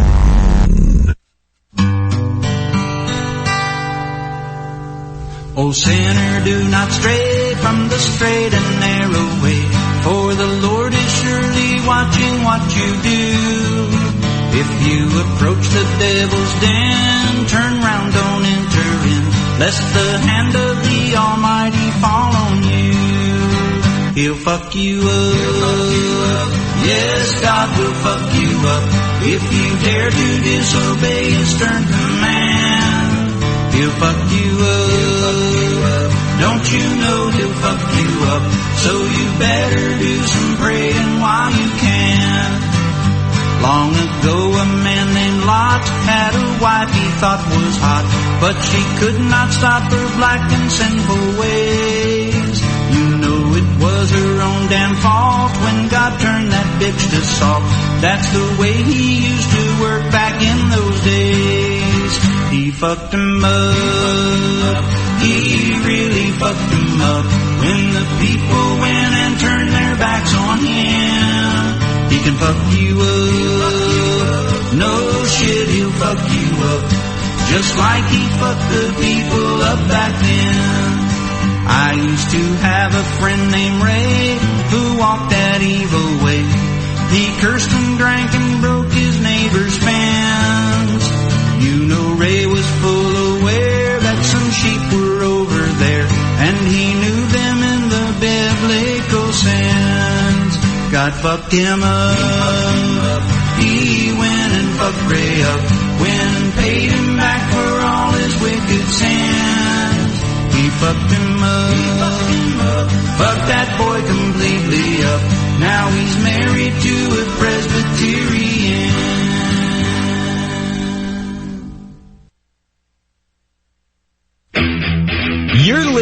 to Three Guys.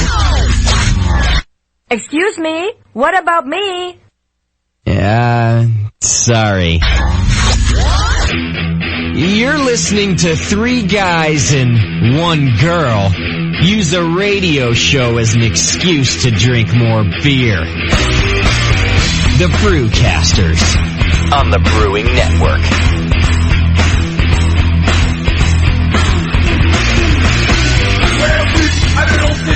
All right, we're back. Back for D-Day, Daniela's last show. That's right. There's been a lot of people in the studios the last couple of shows. It gets crazy. Nobody wants to come back, and it gets hot, is what it is. It gets like just doing things. Maybe it's that pink shirt you got that's making you warm. That's a good one. I wore it, and then I'm like, dude, it's way too hot in here. I know it's making me warm. There you go. Save that for next Friday. We're just waiting for Daniela to get back in here, and we got a couple of things lined up for her. We want to introduce her to a replacement. I guess the chat room got really upset, thinking I was a real dick that I brought her replacement in before she's even gone. It is kind of mean, but I say fuck it has to be done. I mean, I gotta. It's we gotta get the chat room back in order as quickly as possible. Yep. And I think the best way to do it is to have Daniela meet her replacement and train her accordingly. So as soon as she gets in here, I think we'll do that. Plus JP and Sean O'Sullivan, otherwise known as the Soft Gloves, have a special tribute for Daniela. The Soft Gloves. The Soft Gloves, a Daniela tribute band, will be performing very shortly. She's out like smoking fags, as they say in France. She's shooting gay people. No, cigarettes, JP. It's different than smoke. Smoking fags in California is much different than in France. Oh. You know, and we don't condone how they do it in California. That's just wrong. I don't understand. Also, we've got John Plisse in the studio with us hanging out. How's it going, John? Good. How are you? Doing great. Thanks for coming by and hanging out with us. You wouldn't have missed the... One less German, United States, that's all I have to say. There you go! He's happy about it. Can you tell Daniela's not in the room yet? Exactly. John, what have you been up to lately? A couple of exciting things in your life. Lots of wine brewing going on with you. I guess. Wine making. Brew wine? Wine making. You don't brew it? Jeez. What do you do? You ferment it. Why do we brew beer but not wine? I don't boil get that. it. And, Is boiling considered brewing then? Sure. Okay, there you go. I brewed water. I fermented grapes. That's what I did. You make wine. You ferment. You make wine. You brew beer. Yeah. Yeast make wine, Scott. Okay. Why you got to be all technical? Yeah, we got to get all angry on this. But that's what you've been doing a lot of that. Yeah, I'm putting my wine in barrels next week. So. Okay. Yeah. Fantastic. You have a barrel? I have 3 barrels. And you're going to make that available to the public? Dig, buddy. Eventually. Probably for sale next year. It's got to age a while. So, okay. Yeah. But that was a little bit of a dig. Was what? Well, I remember I asked you last year to order me a barrel, and you kept saying, I get it.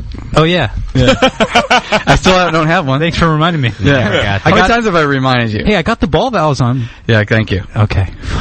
Doc rode me for 3 months or something with these half-inch 3-way ball valves. Yep. It's not like he doesn't have everything anyways. About ball valves? It sounds like you need them, though. All right, listen, this is no place to take out your customer service. No, I told him I'd hound him. Hello, your barrel's not ready yet. Hound him elsewhere. No, I told him I'd hound him everywhere. I like how I come back to the show and it's just all rawr.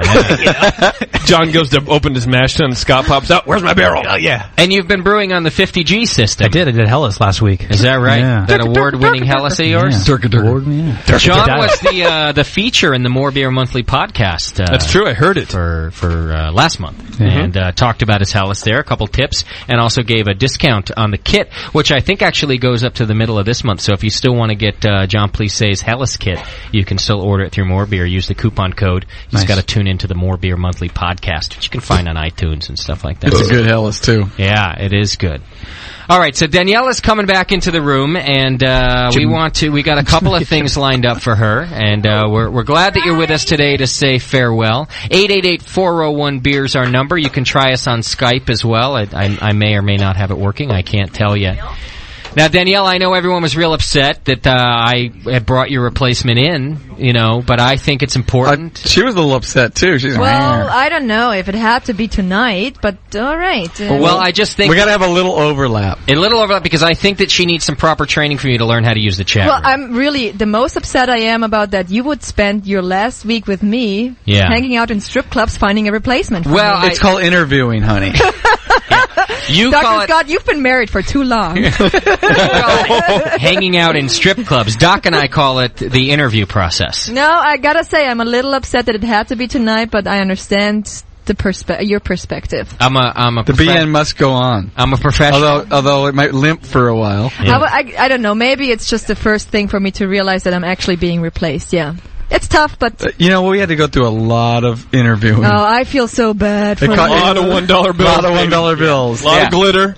Yeah, I had to go through a lot of this. Hey, Doc, can I have another $1? Hey, I think Candy with a K and an I really likes me. Yeah. A lot of dollar bills and a lot of cheap perfume. Yeah. Hey, Doc, I think if you give me just $1 more, I can take Candy home. Oh, yeah. I'm still here. Oh, sorry. A lot of body glitter. Okay, so without further ado, Daniela, and everybody in the studio, and we'll post pictures because we want everyone to get to know your replacement. She's hot. Wow, nice vagina, too. That's a hairy vagina there. Well, That's Doc, a landing strip. Like Doc said, we worked hard to find your replacement. She's pretty limber. And oh my God. We found this blow-up doll. She has a lot of inputs. And Doc, she has a lot of inputs. She does have several inputs. Give me her bra. Well, hang on. She's cheap. I want her bra. Doc had the toughest part because he had to print out the picture of your face so that we could tape it to the front of the blow-up doll.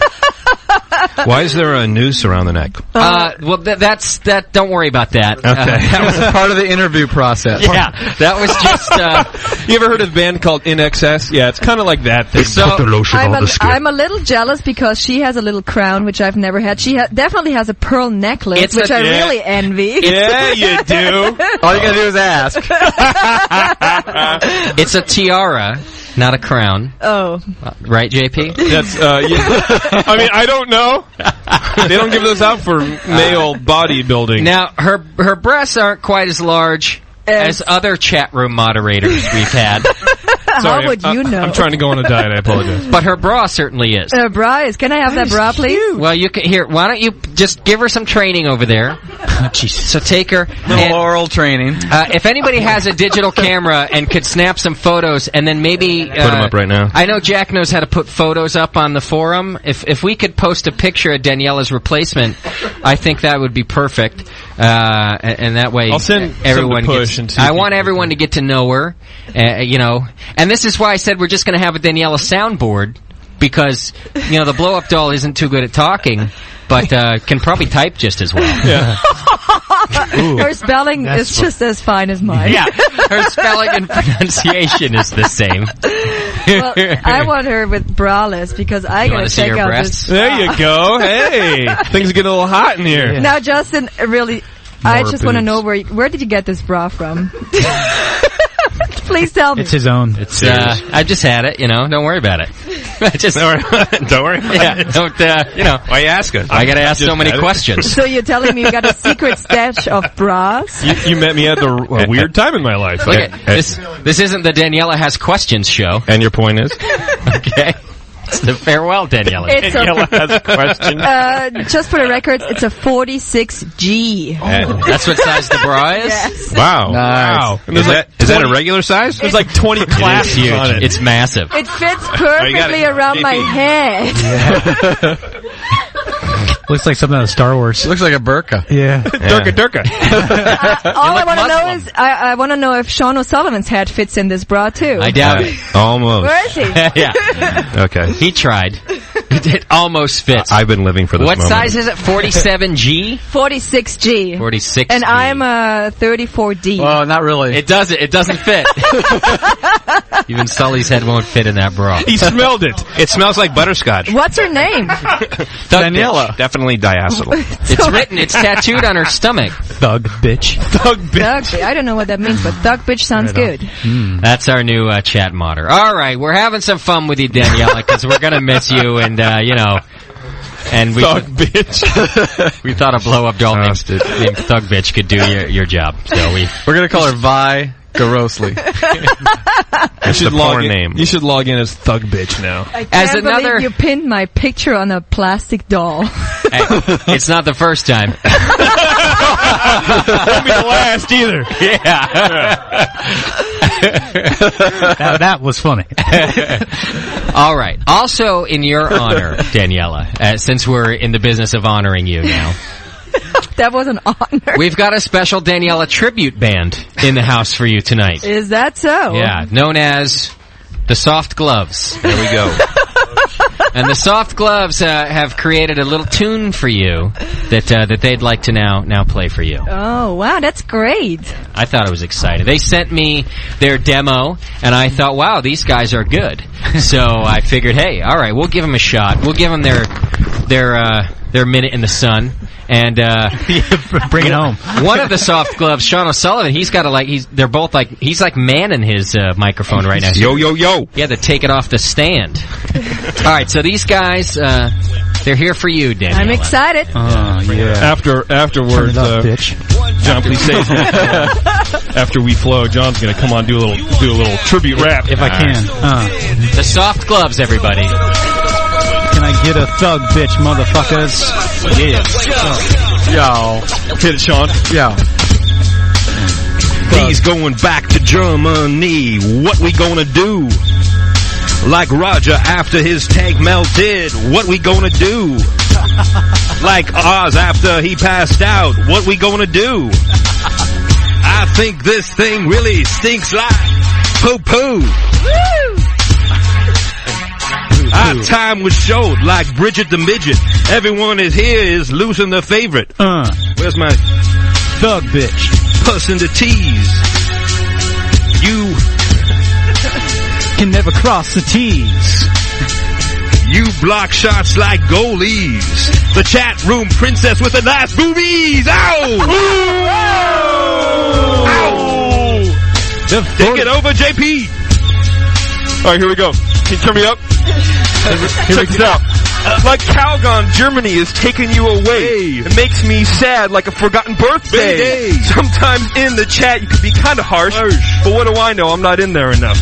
I'm just thinking, I'm trying to process what was said.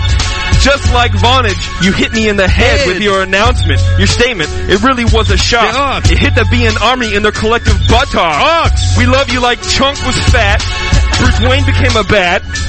Not all German are Nazis, but most are. Like the Toronado is a really shitty bar. And what? Hit it, chicken boy. Yeah.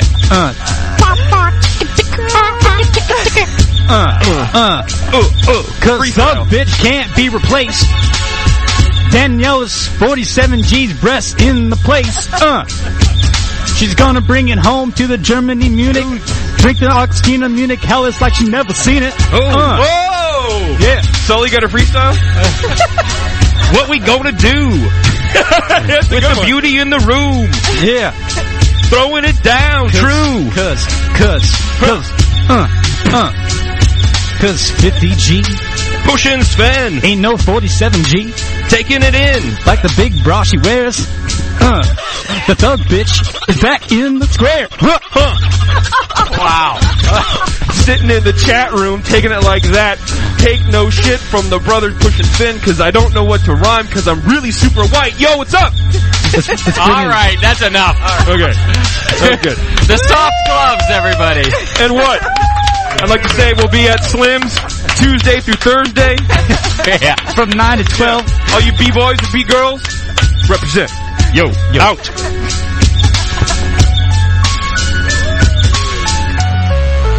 Wow. Yeah. What do you think of that? Wow. The Soft Gloves, everybody, with That's a tribute. some American culture right there. Take that home Thank with you, you. Soft Gloves.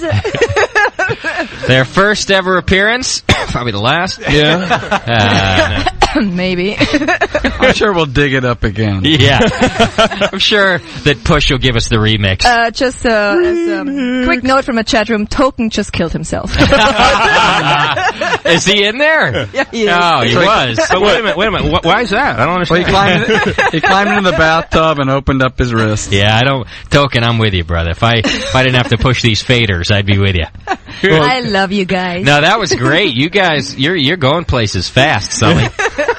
You know, I mean, if that whole 2-1-A thing doesn't work out for you. You know, it's funny because I'm like raising a bunch of money right now for this new business, and I hope nobody that's interested in this right now is listening.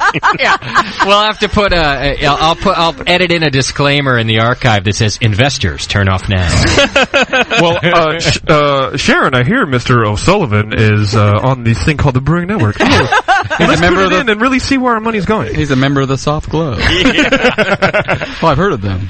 So they'll start asking me about questions, P&Ls and all this, and then it'll be like, what about this, what are we going to do? Yeah. Tell us about the soft gloves, please, Mr. O'Sullivan. We like our return on investment, but what about the soft glove? Yeah. Hey, can anybody grab me one of McDole's finest there so I can keep my quest for Drunk of the Week going? McDole, what did you bring us today? What are the 2 beers that you brought in the keg? I'm having his Kolsch right now. A Kolsch and what? A Belgian lager, and I have a American wheat. It's a Belgian lager and an American wheat. But he also brought a bottle of Kolsch. Oh, cool. He's brought a few bottles. Really good. Oh, very nice. And we got a bunch of stuff in the fridge that we're going to start trying. And what I think I'll do is have people kind of do evaluations about them so you get to know what we're drinking. Because we've got a couple new Glarus that people sent us. Wow. I got to tell you about this disaster that happened. Funny thing is it happened to JP like a week later exactly. Yep. And I lost a bunch of really great beers that people sent us. Oh, you're telling me about that. Well, y'all know about my porter disaster where my kegerator leaked all over the carpet. Well, last Sunday, we had the John Palmer show, and then we were hanging out, and we had Kilroy here, and me and John and Kilroy just kept raiding the beer fridge, opening it, grabbing something else the whole time. And at some point, my temperature probe fell out of the fridge. Right, so that's how I set it to whatever, 40 degrees, and ambient wasn't degrees, 40.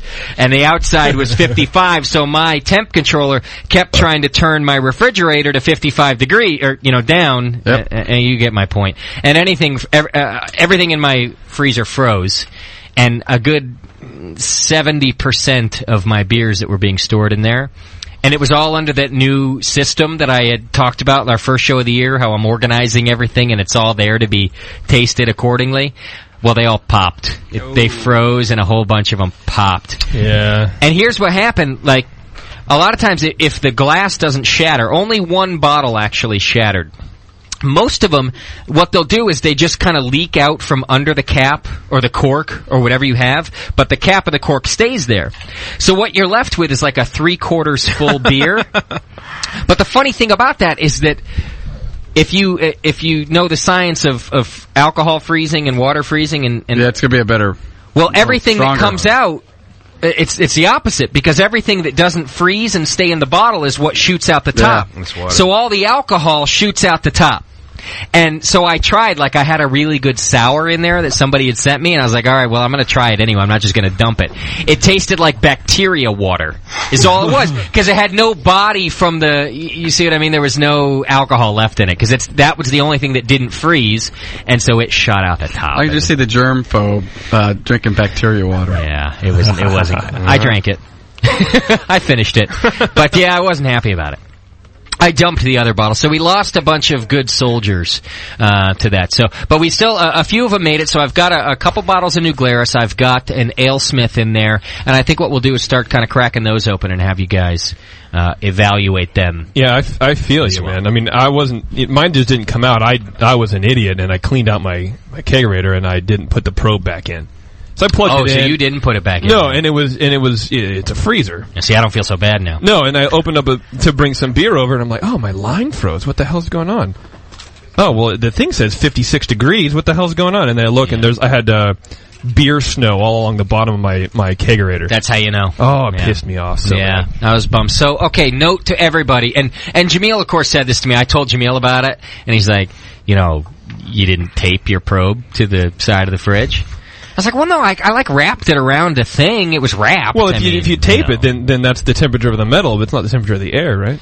Well, you could probably tape it like the way mine is, and I assume they're all that way. It's kind of like a wire, so that you can bend it. So you could tape part. You don't have to tape the end. Attach it to something in the freezer.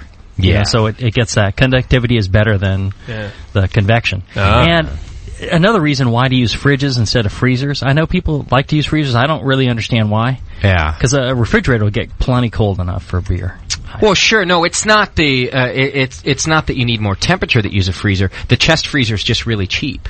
And got all that usable volume. And there's a lot more space in it. Like, you can fit a fermenter and kegs and everything. Like, it actually has more room in it. So I know why people use the freezer, but now I also know why freeze some beer. They won't use the freezer. You can't freeze it in a refrigerator. Yeah. Plus, you remember the story how you got it, so it was very cheap, from what I understood. Yeah. True. A free unit is better than... You said unit. Yeah, he did. It was all back labor that I got. It's so funny. Jamil just came over to tell you, like, you should be doing this and this, and he's, like, standing up now looking down on you, like, well, what you should have. And it's like, Dad, from the pulpit. It's true. The only difference is that he's physically standing, because usually he's, still standing and looking down on me. No, I actually... could sit and look down on you. No, Jamil's great, because I'll go tell him, like, these idiotic things that I do, and he doesn't, like many others, just then call me an idiot. He actually has some sympathy for me, and I actually enjoy telling Jamil, because he doesn't make me feel like a big douchebag. And then JP walks in and tells me today that he did the same thing, and then I felt really good. Well, why would you feel good about doing something that I did? Well, I just didn't That's feel like being the smartest guy on the short bus. Exactly. Oh, yeah. It's true. Right up in the front. Talk. He's like, I remember that. All right. Well, Danielle is getting cozy with her new chat moderator trainee, Thug Bitch, and Chat Monkey. Okay. Chat Monkey. I told you it's the question show too. You can call in and say goodbye to Daniela, or you can call in and ask any questions about beer that you want. And I did have a few come through. 888-401-BEER is our phone number. You can try us on Skype too. I may or may not have that working now. I don't know yet. Somebody wanted to know: are there any tips for home brewers out there to create their own fruit beer recipes? And we did do a couple of shows about this, so search the archive for fruit beer and you'll find that. Just hit that in the page. But maybe There's some a Monday general show about fruit beer too. Is there too? That's right. That you did the whole style. Yeah. If I remember right, one of the main things was you got to be real picky about the fruit that you use. Sure. As a good. So what are some general rules for fruit beer recipes? Well, you want to first and foremost have a beer. And you don't want to lose the fact that it's a beer by having overwhelming fruit. Yeah. So make sure you can taste the base beer still. And it's got to be a good base beer. And then, look to cooking for some of those flavors that tend to go together. So, German Black Forest cake with, cherries and, roasty flavors, chocolatey flavors. Yeah. So you might do a cherry stout. So, think along those lines and, have a good base recipe and then try different fruit additions to it. That's a great point, because there's plenty of things out there that have already done all the experimentation for what flavors go together. We don't necessarily have to do that with our beer. It's like we could take examples from food. That's an excellent point. And then I remember this now because it is one of my one of the best things I have learned from you, Jamil. Not that I've put any of it to use yet, but I do like to use the condom. Yeah, well, there's that. Kill your kids before they kill you. But the starting with a good beer thing, because I've had so many fruit beers that are fruit first and beer second, and I think it's great advice where you say beer first. If it's a fruit beer, it has to taste like beer. Sully knows this. We make fun of his watermelon wheat all the time, but that is it's a beer first. You can really taste the beer, and then it has this sort of subtle fruit watermelon quality, and I love that piece of advice, that make sure it tastes like a beer. And then add the flavor. Jamil, wouldn't you say also don't go too big on hops? I mean, because otherwise that becomes like a big dominant quality of the beer. And it struggles against the fruit flavoring. Same thing with spice beers. Hops, all the late edition hops, fruit beers, spice beers, drop them out. Get rid of those. You might even back off on the bittering hops a little bit to sweeten it up. People expect fruit beers generally to be a little sweeter. Okay. Did Mike McDole, don't you have some award-winning fruit beers? I thought you did a little NHC. He tries to not mention that. He doesn't like that part of it? But he had an NHC fruit beer, didn't he? Oh, yeah. He had a great, Come on, Mike, get over here, son on my lap with a fruit beer. Or something. What's your... Mike, you want to tell us? You don't have to, I guess, talk about all of it if you don't want, but what's your favorite fruit to brew with? Could we get that out of you? Do you have like a specific type of fruit that you like to... My first rule is don't use any fruit at all. Just use like fruit extracts. You go for the extracts. Yeah, I'm a dropper kind of guy. Okay. Yeah. All right, so you're big on... And what kind of extracts? Like, do we have to go to a... Well, you have to taste your beer, and sometimes, like certain beers, you can taste pear or cherry, so you're kind of trying to match that. That's what I do. So you brew the beer, ferment it, and then put the extract in the bottle. Time. Yeah, like 20 drops per bottle. You do it right then. Yeah. Okay. And where do you get your extract from? Is that something like from a homebrew shop? Yeah, homebrew shops have them. You do that. Okay. You don't have to go to a food store to get good extract. No, they have a great selection at most of your homebrew stores. Okay. Yeah. Okay, cool. And we talked about that, about the different ways to add fruit to beers too, and so a lot of people like the extract route. Sully, I know that you have a lot of proprietary secrets. Yeah.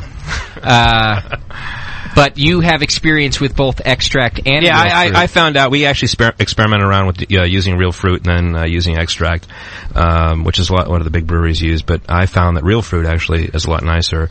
The thing about using extracts, and not to take anything away from Mike was saying, is that they suspend the flavor in a polypropylene solution, so you have a tendency to have this kind of like sort of viscous kind of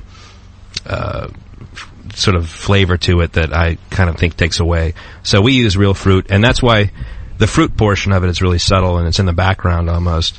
And people are always surprised that it does have very little fruit flavor. It's just sort of the essence of the watermelon. So. Yeah.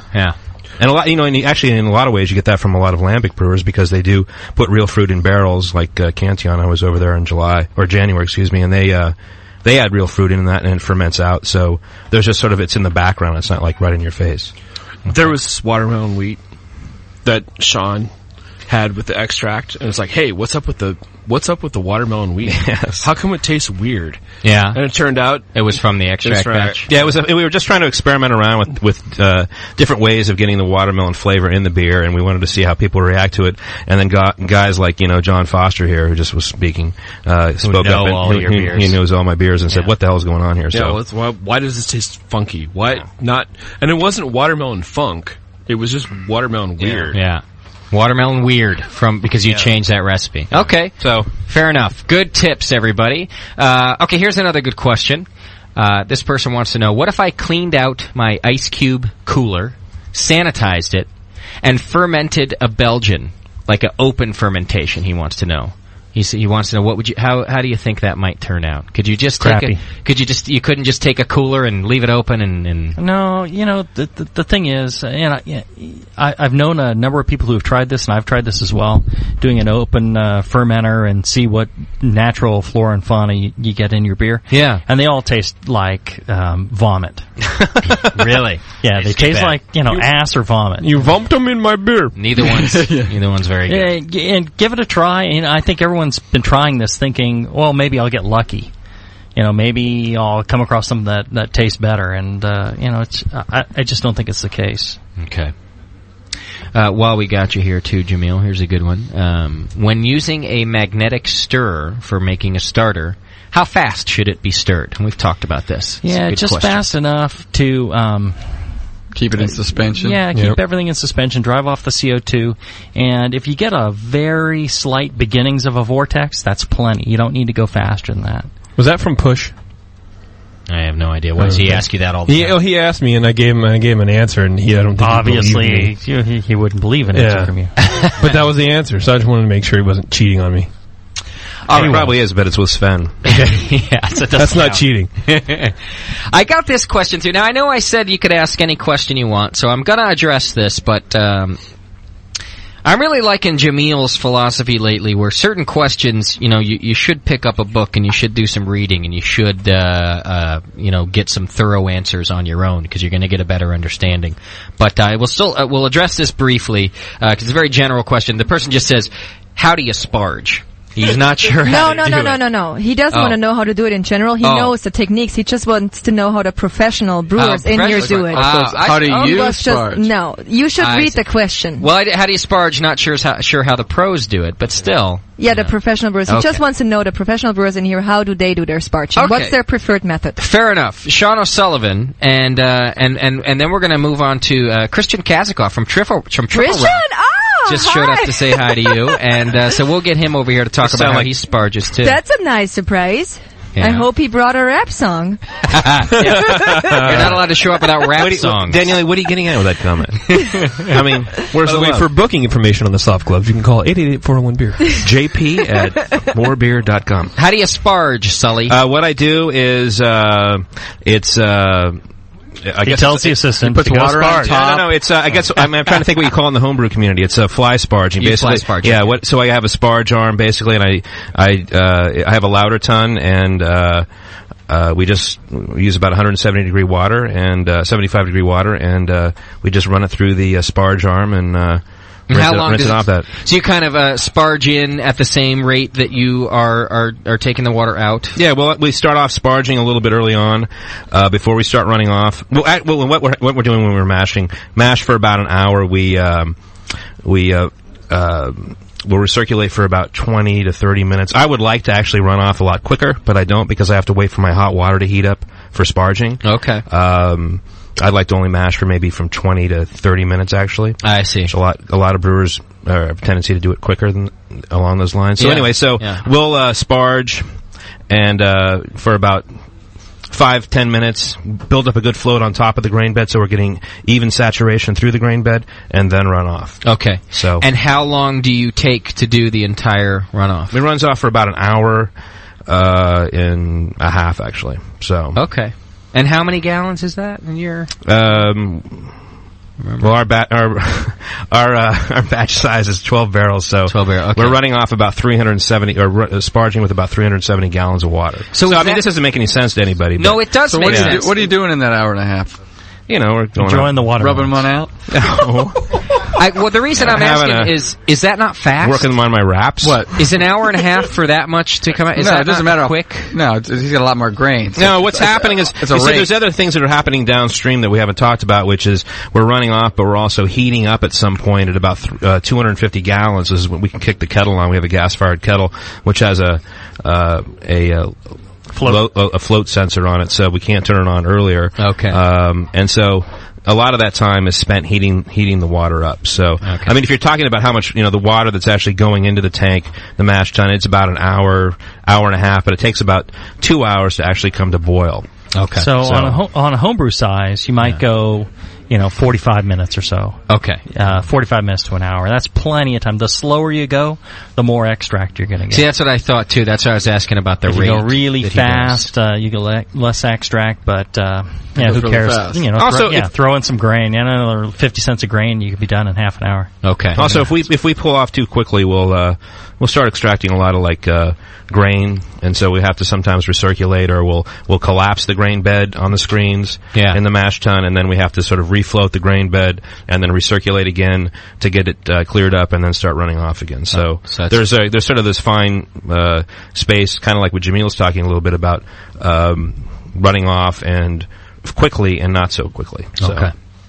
And Jamil, you fly sparge also. Right. Yeah, you always do that. I found it interesting, as someone had asked you a question once about, whether you fly sparge or batch sparge, and you said, I fly sparge because that's what I've always done, and that's how I'm set up to do it. And you don't have anything against... I've done against... some batch sparging. Yeah, and that's fine. Whatever works for you. Yeah. It's just really easy for me to fly sparge, so... Yeah.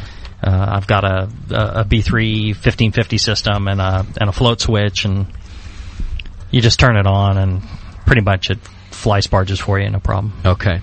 And Christian from Triple Rock is here, and he brews at Triple Rock in Berkeley there. What kind of sparging do you do when you brew? Hang on, he's getting a microphone here. Basically, it's how Sean was explaining it. The same sparge thing, with 170 degree water. We just kind of spray the grain bed, put at least, inch to 2 inches of water over that grain, and just keep that at a constant while we're running off. And okay, and doing that allows the grain to float. And we generally get a good extraction. I did hear a crazy rumor or a crazy thing from Dr. Lewis saying sparge at the coldest temperature possible. Have you ever heard that? No. Now, does that mean the coldest water you can find, or the coldest? Oh, really? Yeah, but I don't know. I've wanted to try something like that, but then is that a guy from? It'll just take forever. Well, Dr. Lewis, who's he's Davis, right? Yeah, he's the professor from Davis. Actually, one time we did have to use city water. We didn't have to heat it up. We just used it straight out of our hot water heater at the 21st Amendment. Yeah. At 563, and it worked. I mean, Jesse, who's my new brewer down there, was, he says he's done it a couple times with other breweries he's worked at, and it actually did work. I would worry about, and maybe Dr. Scott can speak to this a little bit, about not getting a good extraction out of it.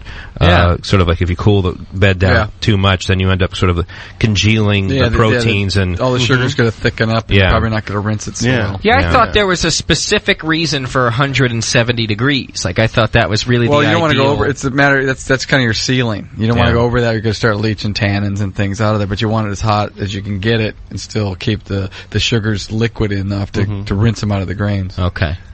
All right. So how come no pros batch sparge? Because you don't got to wait the hour and a half. Then you just throw it at maybe because our tanks are only so big. So and it's actually a very German thing to do batch sparging. They actually will fill up the grain bed or their lauter ton with water, drain it down, and then refill it, and then drain it down and do it that way. It takes a lot of time to do that. And honestly, and I know this from Triple Rock, Christian could speak to this, is that the tank is not big enough. I mean, if you had to fill that whole thing up with water, you wouldn't be able to run off all the liquid. You could probably do it in a smaller batch. We do shorter batches with like stronger beers like barley wines or imperial stouts like that. So there's, I'll do a little bit of that where I won't run as much water in the ton because I'm trying to extract out the highest percentage of sugars out of the mash tun. So that would just take forever to do that. Yeah. You know? You see, because for homebrewers, for me, it takes less time. It's easier to do the because I don't have to wait an hour and a half to sparge, right? To get all of my word out, I don't got to wait for that. It's actually well quicker. for me. I mean, it's just dependent upon me at the professional level of like actually the ability to heat the wort up to boiling. Yeah. So I can sit there and do whatever the frick I want. Like at no, this isn't CBS. At whatever the fuck I want. Yeah. At hey baby, yo boy. At while that time's going on. So okay. Someone wants to know, Sean. Why do you say it like that? Well, just because I think they're just the questions. I love our listeners. They're very technical. Well, but it makes sense. What's your evaporation rate? They want to know your evaporation rate. It's a great question. It's a great question. That's a good question. It's probably, let's see here. It started at 460. I would say it's probably 10%. 10 to 15%. An hour? Hour and a half. So, okay. Dr. Scott, someone wants to know, and I don't know if we're ready for this either, but how do I remove the schmegma from Belgium yeast? You just keep, you know what you get do? a circumcision. You keep the toilet roll next to your bed. Yeah. On what? It's from Belgian yeast. That's all he said. In the carboy? I would guess, yeah. Usually a soak overnight in PBW. Okay. We'll do it. Hot water and PBW works the best. If you really can't get it off of there, you can use caustic, but it's kind of tough for home brewers to use. You got How about gloves this one? and things. How about, here's another one for you, Doc. Is there an alternative to sodium metabisulfate to get chloramine out of brewing water? Potassium metabisulfate. Yeah? And is that one, isn't potassium easier to get anyway? Yeah. Than sodium metabisulfate? It's just Camden tablets. Okay. It's probably the safest way to do it. It's called SO2. Well, if you want to do RO water and make RO water, that'll get it out of there. But that's about the only way you're going to get. You can't filter it out. So you can either chemically take it out, or you're going to have to filter it out down to RO water, and then you got to build your water back up. And see, that's really expensive. I mean, if you're a home brewer, then why not just go out and get like water and build it up yourself, distilled water or something like that, rather than because it's for RO, it's 2 to 1, right? I mean, it's even more than that. As far as what you waste, yeah. But water's cheap. If you're on city water, water's really cheap. Yeah. You're wasting about, I think it's 4 to 1. Wow. And most RO systems aren't that expensive now. You can get a really nice one that goes pretty fast. That's a big problem with them is they don't go very fast. So mine's pretty fast, but I got to start making water the day before usually. And then you got to do your brewing chemicals. Put that back in. Yeah, that's up at the compound in Moraga. Yes. Yeah. Okay. Yeah. I killed Candy. The compound. Yeah, you did. Daniela She's hanging off of our studio walls. You've hung your replacement, so I guess she won't. She's hanging around now. She may not work the chat room, but I think we may just leave her hanging there to loom over whoever your replacement actually is. She's carrying Travis, the pink alien with the green alien with the pink penis. The penis. All right, another question here. I like the teardrop tattoo. Oh, that she wouldn't be thug bitch without it. I like it. I've killed in prison. For a 5-gallon batch, any one of you can answer this, including you, JP. Oh my God! For a 5-gallon batch, yes. This person wants to know if I was to split it in half. That'd be 2.5 You gallons. get 2.5 gallons. Oh, I beat you. Oh, dang. In order to test different yeasts. Okay. He says, like, for example, to compare liquid to dry yeast, whatever else. Would he put in the entire package to the 2.5 or half of it? What are you going to do with the other half? Throw it away? Put it in. Put it in. Yeah. Put the whole thing in. Jameel says, put it in all the way. Okay. Until it can't go in anymore. You're going to either throw it, you don't want to, you're probably going to use it anyway, so just throw it in. The more yeast cells is better. Yeah. I usually split batches when I can. My 2 smaller conicals. I have a porter going now, and I split that between 2 different yeasts. Okay. There's no reason not to. You're not going to overpitch with a packet of yeast. No, if you're talking half a vial in 2.5 gallons, you're not going to overpitch if you put a whole vial in. I mean, you have to put a couple in, and even then. You could do what Lazy Chris Graham does. And not brew? No, he doesn't do a starter. No, he does. Yeah, I know. That's what I do. He doesn't do a starter, so he just throws 4 vials in. Yeah, because we get it for free. So that's what I did. I brewed yesterday. I put 4 vials in my conical. Yeah. There you go. I called him. I was brewing on Friday night, and I said, "Come on, Chris, you want to come over? I'm brewing. I'll be up late. I'm doing a late night brew." And he goes, "I want to brew." Yeah, he's on his way to China. Chickadee, China. Yeah, to look at JJ's new tanks, actually. Is that what he's doing? Yeah, right. Wow. Yeah. Yeah. I would love to see JJ looking in at somebody's China. new tanks. Actually, I told him that, he's looking for ball valves for me, and he couldn't find them here, but he could find them in China, but they're real expensive. Oh, sure. I told him just throw a couple in his suitcase and bring them back.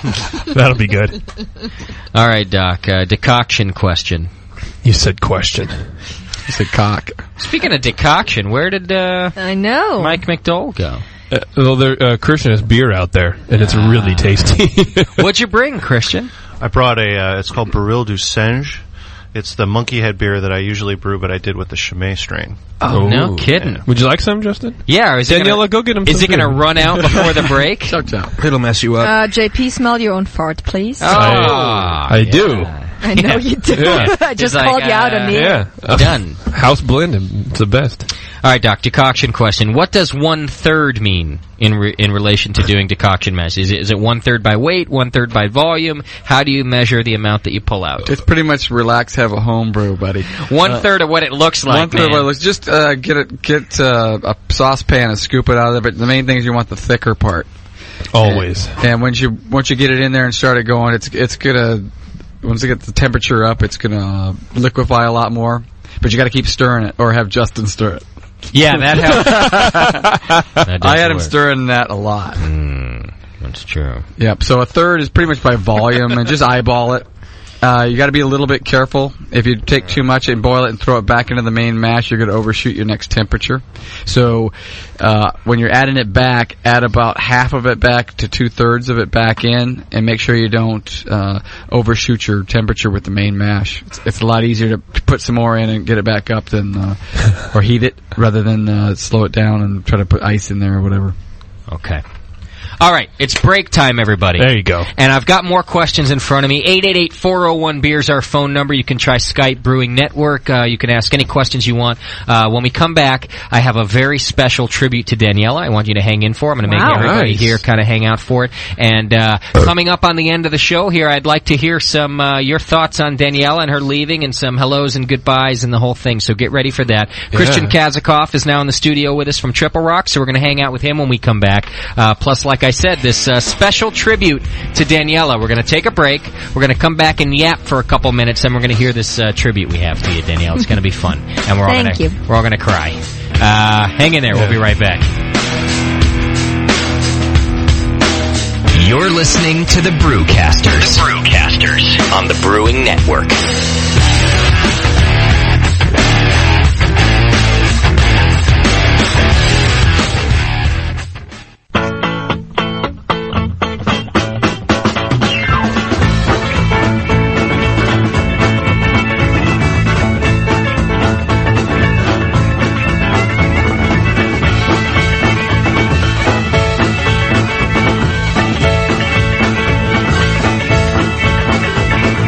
Do you like boobs alive? Yes, boobs a lot. Boobs a lot, boobs a lot. You gotta like boobs a lot. Really like boobs a lot. You gotta like boobs a lot. Boobs a lot, boobs a lot. You gotta like boobs a lot. Down in the locker room, just a wee boy. Beating down the locker room with all that noise. Singing, do you like boobs a lot? You gotta like boobs a lot. Boobs a lot, boobs a lot. You gotta like boobs a lot. Do you wear your jock a lot? Yes, I wear my jock a lot. Got to wear your jock a lot. Gotta wear your jock a lot. Jock a lot, jock a lot. You gotta wear your jock a lot. Got to wear your jock a lot. You gotta wear your jock a lot. Down on the football field. You never can tell what a heel can wheel. So you gotta wear your jock a lot. Gotta wear your jock a lot. Jock a lot, jock a lot. You gotta wear your jock a lot. If I had a flag along. If I had a flag along. If I had a long flag along.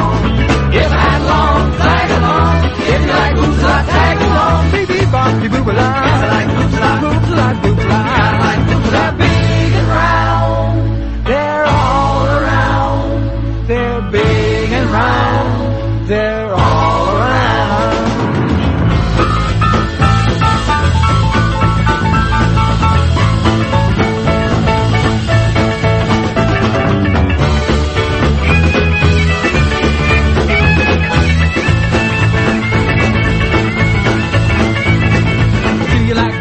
Yes, I like boobs a lot. Boobs a lot, boobs a lot. You gotta like boobs a lot. Do you like boobs a lot? You gotta like boobs a lot. Boobs a lot, boobs a lot. You gotta like boobs a lot. Down in the locker room, just three boys beating down the locker room with all that noise. Singing, do you like boobs a lot? Yes, I like boobs a lot. Boobs a lot, boobs a lot. You gotta like boobs a lot. Do you wear your jock a lot? Yes, I wear my jock a lot. Got to wear your jock a lot. You gotta wear your jock a lot. Got to wear your jock a lot. You gotta wear your jock a lot. Got to wear the jock a lot. You gotta wear your jock a lot. Down on the football field. You never can tell what a heel can wheel, so you gotta wear your jock a lot. Gotta wear your jock a lot. Got to wear your jock a lot. Gotta wear your jock a lot. If I had a flag along. If I had a flag along. If I had a long flag along. If I had a long flag along. If you like boobs a lot, tag along. Beep, beep, bop, you boob a lot. Yes, I like boobs a lot. Boobs a lot, boobs a lot. Gotta like boobs a lot. They're big and round. They're all around. They're big and round. They're all around.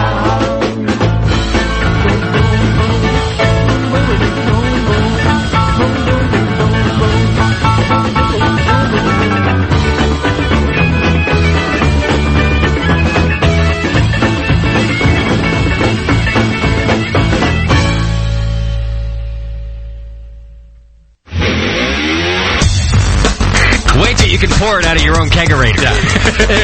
I mean, your friends will look at you with awe. And it's just hot. It is? It's so super hot. The home of live beer radio. Because like beer, radio shouldn't suck. You're listening to The Session.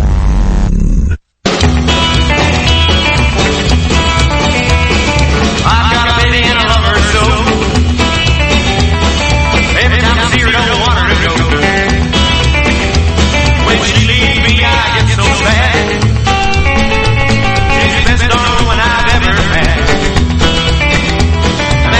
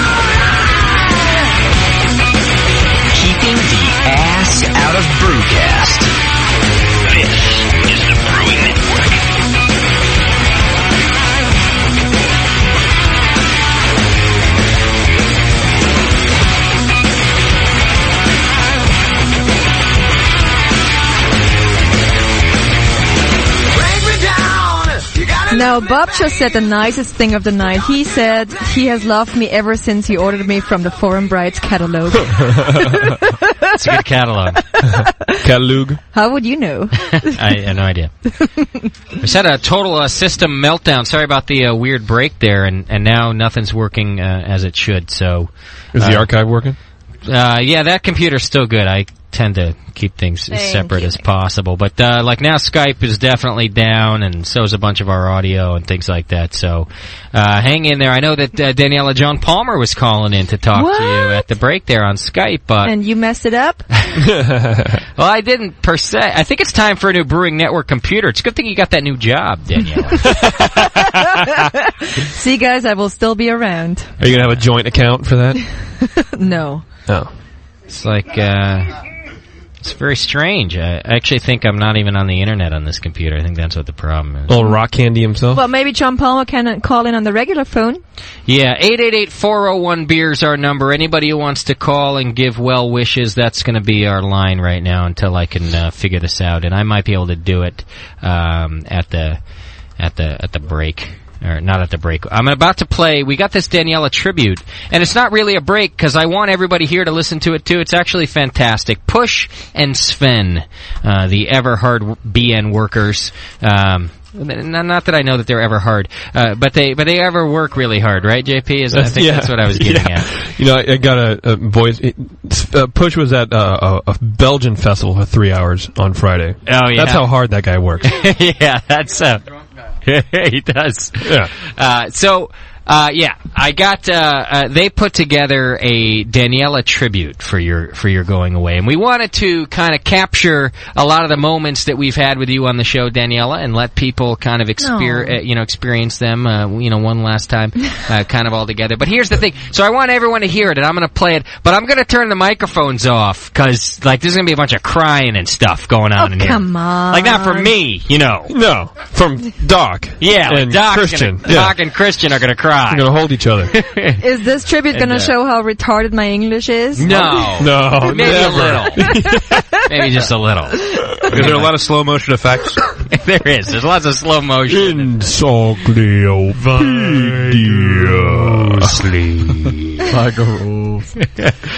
I think I'm going to play it. It's about 15 minutes long. And, but it's, it's a lot of good stuff. I might have John on here first, though. Let's see if my Skype is working. Maybe I fixed it. John? Maybe you fixed it. You there, John? No. We should call him to test our Skype. That's what we should do. Yeah. Just making sure our Skype's working, John. I wish I could talk to John one last time. I don't know what's wrong with it. I did everything. Are you there, Kermit? He could probably hear you right now, so you could probably say something to him. Yeah, John, you got to call the Santa Rock hat on. Candy, baby. Rock Candy. we got Rock Candy on the line. Sweetness. No, I'm sorry, man. You got to call the landline because I don't know what's wrong with this thing. It says it's not working. Although sometimes when John calls, he doesn't turn on his microphone. That's true. He has done that before. Yeah, like every time. For being an engineer, there's the little things that escape you sometimes. John, are you there? I can barely hear him. No, I hear you. I'm having deja vu. Yeah, no, it's gonna be something's going on. My Skype's all jacked. That sucks, man. All right, 888-401-BEER. That's how you're going to reach us today, folks. You're going to have to do it that way. You need to fix it so I can reach you guys. Send us a letter. Yeah. Doc, send us a letter. Write us a lot. We'll read it online. Yeah. What an ass. College letters. 401-BEER, but I think I'm going to go ahead and get into this Daniela tribute first because it's a lot of fun. And I actually haven't even listened to the whole thing. I just listened to pieces of it, and it was real nice and cool. So I wanted to make sure that we play this and get everybody kind of involved in Daniela's, kind of. John's he's Skyping me again. Now try it again. I got other people Skyping. Well, he's waiting for the delay. I think. Yeah, theirs works. Yours doesn't. So what the hell? Yeah. So this listener in the chat room is just telling me that his wife just asked him why he is the drunkest she has seen him in 2 years. He says because D is leaving. Yeah, it's true. How nice! I want to see you guys all drunk too. We're working on that right now. You gotta drink. Divorce. Drink more beer. I'm really bummed about the Skype thing because I wanted everyone to be able to call in who doesn't have phone. But all the guys in the chat room, if you're, women are around and you're all drunk and all that, just keep it on the down low because, you don't want to have to say that Danielle is leaving and you screw your life up and, she's leaving to, Germany tomorrow. So that trip to Germany is going to be screwed. You'll be like, yeah. Right. Don't cry, Sean. You will be fine. Oh, I'll be crying. We will still be chatting. Don't you worry. That's right. I will still give you Like advice. a couple of little schoolgirls. That's a long-distance text message, though. Yeah, it is. Now, by the way, we should be getting Bub's "I'm hanging myself now" call soon. Yeah, Bub is definitely on suicide watch right now. If anybody is near Bub, please suicide watch. The coolest thing about chat, just like Roger, it works the same no matter what. That's it's right. always the same no matter price. where you are. No matter where you are. All right, let's take a call here and see what we got. Caller, you're on the air. What's happening? Justin, no talent hack. How you doing? I can't get it to work. I'm sorry. It's just not working. What's up? What's happening, brother? I've heard that before. Yeah, I know. Jeez. Whoa. Well, I wanted to call and give my heartfelt farewell to Daniela. Been great knowing you, and really had a great time hanging out with you all last week. Are you wearing pants right now, John? Yeah. Okay. Socks, too. That's good. But nothing else. I'm just checking. Just pants and No, various paraphernalia in addition. No, that's cool. Hey, we had a good time hanging out with you last week, too. Absolutely. And because we raided the beer fridge so much, all my beer froze. Oh, no. Yeah, we lost a lot of beer, but it was well worth it, man. I had a great time. It's good to have you on the show, and nice of you to call into Daniela. Well, there you go, Dan. John Palmer. Thank you, John. One of the brewing greats. The great one. Sweetness himself. What's up? Yeah. No, I appreciate that, and John is definitely one of the nicest people I've ever met in my life. Yeah. Oh, well, thank you very much. Yeah, absolutely. But not nice enough to keep you in the country, right? Dr. Scott is so bitter, it's unbelievable. He's just throwing little bows at me all night long. Little bows? Yeah, Arrows? Arrows. Yeah. Same difference. He's just throwing them at me. He keeps throwing bows. They're very nice. I put them in my hair. I like bows too. I have them in my hair. Surround around sound is always nice. John gave Daniela her own How to Brew autographed and personally messaged book to take home to Germany. So that's pretty cool. What actually did it say? Did you actually read it? Yeah, what did he say to you, Daniela? That I needed brewing advice and I should read the book. Yeah, and not listen to us? Not listen to you fools. It's good advice, John. No, John actually said that he figured that your copy was too sticky for me to touch it. So he wanted to give me my own. From work, I use it out at the kettle. Yes. Wait, Rock Candy's edition wasn't sticky enough? Yeah. The Rock Candy edition hasn't come out yet. They're still working on it. Jameel and John are still they're still doing Photoshop on it. Well, actually, John, we should be working on a German version of your book so we can bring homebrewing big into Germany. Yeah. Oh, yeah, that'd be good. You translating German into English? I'm not saying I could do it, but some person who speaks English and German could do it. But somebody somewhere. I don't know, not me, but... but somebody. Because they all need better beer over there. No, but they need to start homebrewing. Homebrewing is small in Germany, really. It's non-existent, basically. Justin, you'd fit right in with it. Seriously, Daniela, how would the German people react to a book on brewing by an American? I mean, wouldn't they just kind of throw it out? They would poo-poo it. They'd put it in a fire. Yeah, that is a good question, but I don't think we are that conservative, actually. I think people could react fine to it. And the proof is in the pudding, if they... Yes. I always kind of wonder about that, when people ask, you wrote a book on brewing. Where are you from? And I go, well, Los Angeles area. I always figure, the one place that, everybody figures nobody knows anything about brewing. The beer mecca. Yeah, that's true. They're like, you should have written a book on gang wars. Or plastic surgery. Yeah, then that would have been fine. Yeah. But not on brewing. Well, John, you call me. We're going to talk about that. Yeah. Okay. Listen to Daniela. We should take over another market. I think if we bring your book to Germany, we could conquer the world. We should crush it. You want to play my song now? We must crush them. It's like playing ping pong. Yeah. We were at a party yesterday, John, and we were there with Shauna Sullivan and Adrian, Stephanie rather, whatever. No. We were there with both of them. Yeah. And we were playing ping pong against each other. The competition was fierce. It was insane. And every time we got the chance, you know how you can kind of play like mild ping pong, JP? Like you just hit it back and forth? Don't say it. But then sometimes if the ball, like if it goes up high, you could hit it down like really hard. Yeah. So every time that happened, Daniela is like yelling out, "Smash them! You must smash them, Justin!" Sean, I will kill you.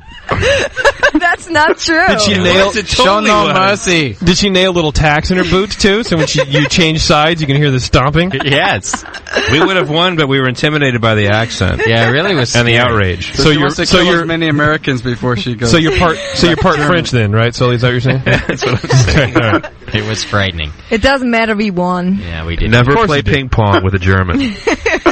Well, John, thanks very much. I appreciate the phone call, man.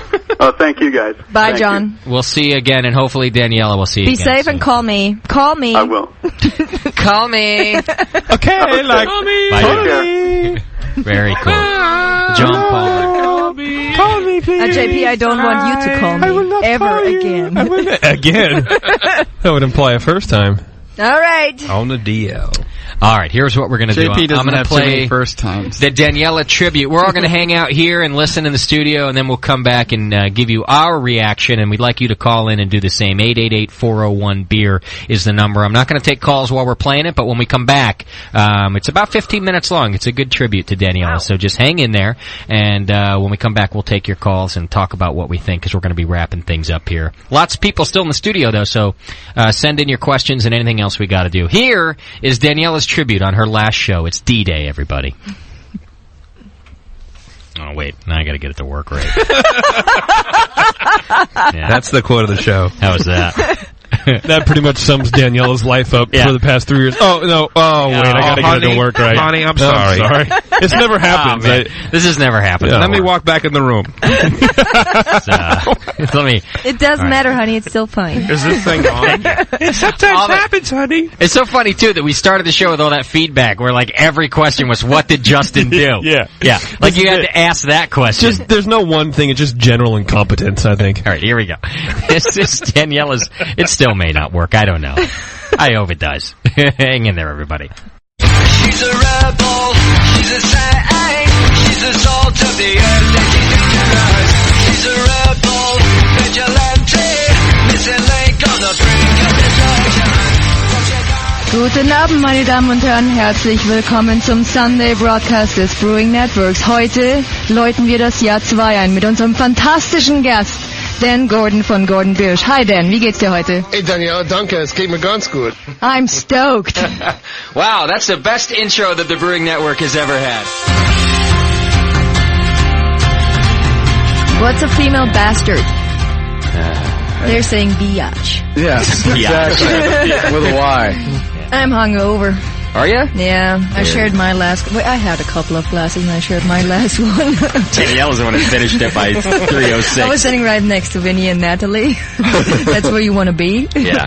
Oh, and yeah. so I shared my second glass with a happy boy who was really happy then. That's true. He fell on his knees. He was one of those guys that came over. Is there anything left? And Ben's like, no. So here's Daniela with half a pint of this. Totally hammered anyways. Daniela the savior. Urinating in public is a crime? Yeah. Oh, pluck yourself. Well, you guys should all do it like I did it in San Francisco the other week. I just went up to 3 cops and asked them if I still was good to drink. That's it. Daniela was out drinking wine. She leaves the restaurant and goes to the cops. They're like, how can we help you, ma'am? Am I drunk? They're like, we'll give you a ride. No problem. No, they actually advised me to drive. I told them that I had like 6 glasses of wine over the course of 4 hours and that I was German, and they said, you're good. I don't think they meant to drive. I was very happy about you being all knocked out there all day because I called Justin up and told him we're going to the symphony tonight. Yeah. All right. So I dragged him in the symphony even after his. I took two Vicodins later at night, Doc. Excellent. I was feeling good. What were you on yesterday? Pussy. No, I mean you are one. Oh, that was classic. Oops. What are you on? He said, do you have a yardstick? That's what I use. I stick the yardstick in there. I just saw a yardstick when I took a pee at the break. It was hanging on the wall. You know what I'm saying, guys? How are you laughing? That's not that funny. That's the most damning. So anyways, there is stupid laws all over the place. For example, in Thailand, it is illegal to leave your house if you are not wearing underwear. How would they know? Yeah. Well, I don't know how they check on people if they wear underwear, but what do you do as a girl if you wear white pants? You cannot wear underwear. It's impossible. And how cool is it? Every time I see a girl with white pants now, that's what I'm going to be. I find it amazing. I couldn't do it. And now this one makes me feel really bad for our friends in Florida. When having sex, only the missionary position is legal. Yeah. That's just terrible. Crotch rot, sorry. And you must not fart in public place after 6 p.m. Why after 6? Also in Florida, it is considered an offense to shower naked. And you must not kiss your wife's breast. Really? Yes. So only missionary and never kiss the titties. We didn't say anything about and you wonder why I hate Florida. I appreciate the law in Mississippi. A man may not seduce a woman by lying and claiming he will marry her. I think that's important. It's actually a challenge for you. Wichita actually came up with the idea, and I totally support it. Yeah. He was saying, if you would be willing to dye your intimate hair pink if we raise $1,000 tonight. I dye my intimate hair pink. Yes, or your top hair. Or my top hair. Yeah, or your beard, whatever. The hair that's very like a lot of hair. Because no one's going to see my intimate hair. Well, we could take I want to know who's going to do it. I mean, I am your girlfriend, so I'm the only one who should be really concerned about it. So I would like him to do it for $1,000. She wants pink hair dye. And I would support you in it, and I would be totally happy with you having pink hair. I'll do it. For Linda. I'll do it. Great. Yeah, but I do that with you. I figure out what you want, don't I? Yeah, but you're a chick, I get you like the best listen. of prices. I don't listen, and neither does anybody else. What? So, like, you say it 10 times, but I've not heard it. If you haven't pasted it on your forehead or your cleavage, it would be even better. Tell us what you want. It's so much easier. Make a list. We'll get it. That's not the purpose of it. Don't you get that, you dumbass? Oh. Let it out. You know what she really wants, and she said it before, she wants that all-grain kit. That's true. She wants a more beer conical fermenter. Yeah, that's it. That's what I need. Just don't get me any kitchen stuff, and you're good. Another rule is you're not supposed to get anything that plugs in. Really? Yeah. Nothing says I love you like a new vacuum. That's what I'm thinking, right? If you do that, I'm going to chop off your nuts.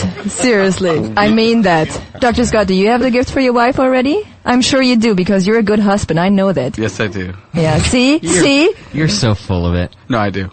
How the heck did you do that already? What kind of dude are you? Actually, I listened. I don't talk to you anymore. To me, it's overwhelming. Every time we receive something, I'm really seriously overwhelmed. I can't believe it, and I find it so amazing. Like, just in a nice stand here, we're always the first ones to receive it and be notified about it. And we just stand there and say, it's incredible. And those people are just so nice. And then we hold each other and we cry. No, you try to hold me and you cry. I pat your shoulder.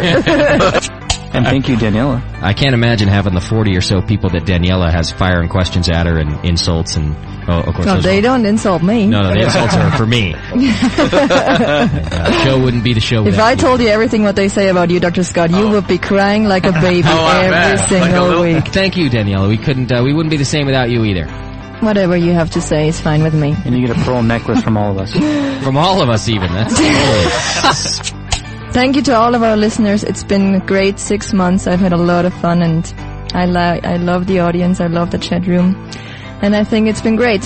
Thanks to you guys. Thanks to Dr. Scott and to John, of course, and to everybody who comes in here every week. Congratulations to Di in Australia for brewing her first batch and let us know it did not taste horrible. Right. Actually, he's kind of proud of her. It was kind of good. Nice, good job. Mm-hmm. Yep. So the women are coming. You see? Yeah. Women are coming. Literally. You're right. Yeah. Yes, women are coming. Not in here, but in general.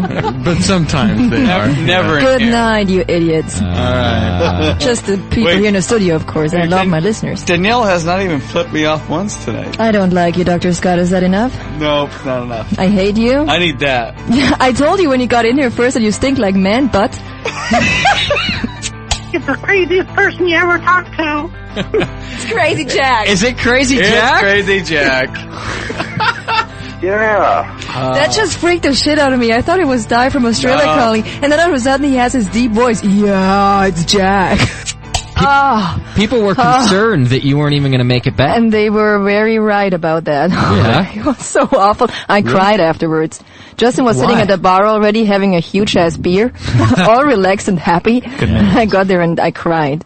Oh my gosh. It's awful. Seriously, Totally it's interrupted not my tranquil funny. beer drinking experience, as a matter of fact. She comes all crying. I almost didn't make it back in the country. Did they go through your stuff or? No, they did not go through my stuff. What they told me basically is that my visa was not valid anymore because I changed employers while I was here in America. Yeah. And I made sure, though, that everything was okay. I got some forms from the INS and shit. And this dude tells me, no, I'm sorry, we cannot grant you admission anymore because it's not valid. You gotta go back to your home country. Wow. Right from there. Right from there. Sure. So that was not funny at all. Yeah.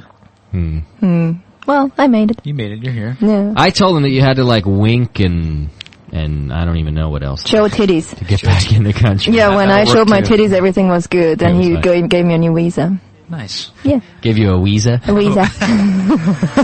As I'm telling you, everything was fine in the end when I showed my tits. Yeah. Sex sells. Yeah. It so sells, it's amazing. Wow.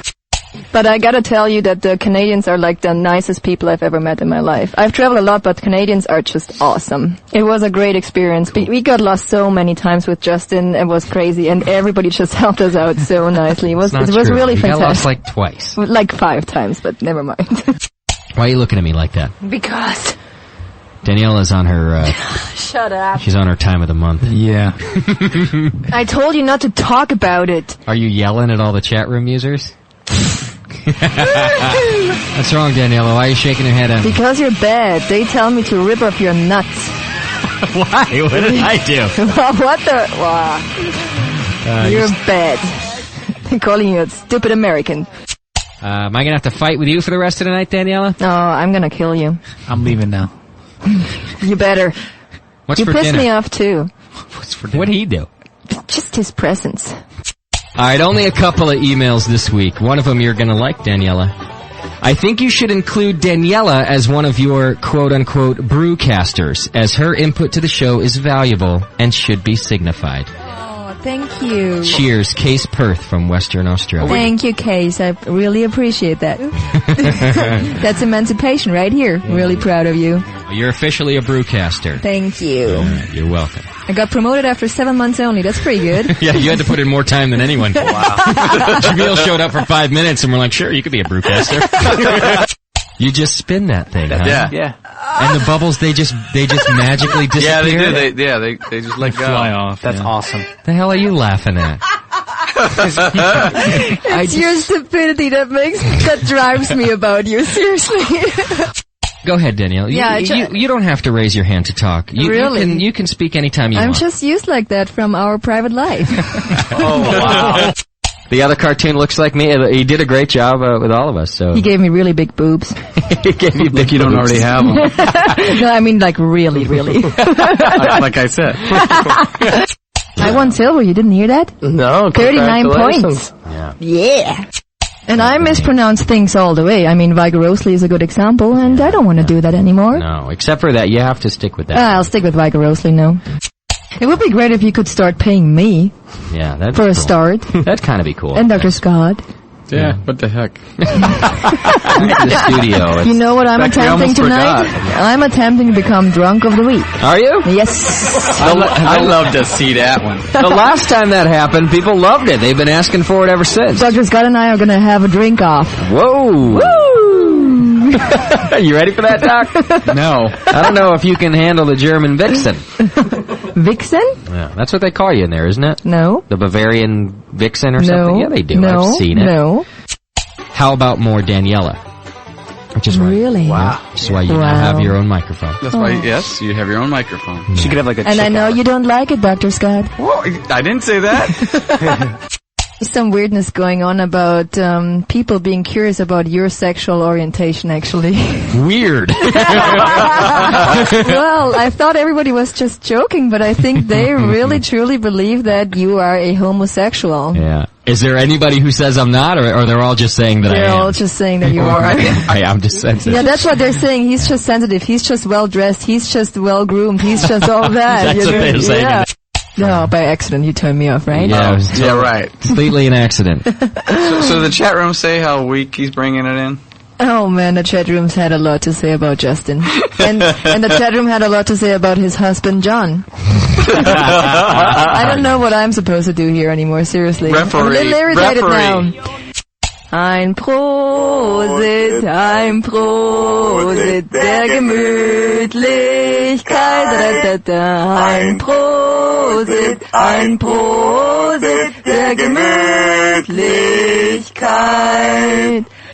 She's going to try to blame this on me. On one night, the girl comes to me and says, "Can we keg my beer tonight?" I worked all day. He told me, "Honey, I'm just too tired now. I cannot clean all the hoses now." And I said, "Well, just teach me how to do it. I'm happy to do it. It's part of me being a brewer." Come on. And you just said, "No, I'm even too tired for doing that. Let's just go to bed." You offered a couple of times. That is true. I have to admit, but my beer was not ready then. It was ready. No, it wasn't. And I cannot do it without him. I can't. I just need his help with doing it. And I think we're going to do it tomorrow night finally now, right?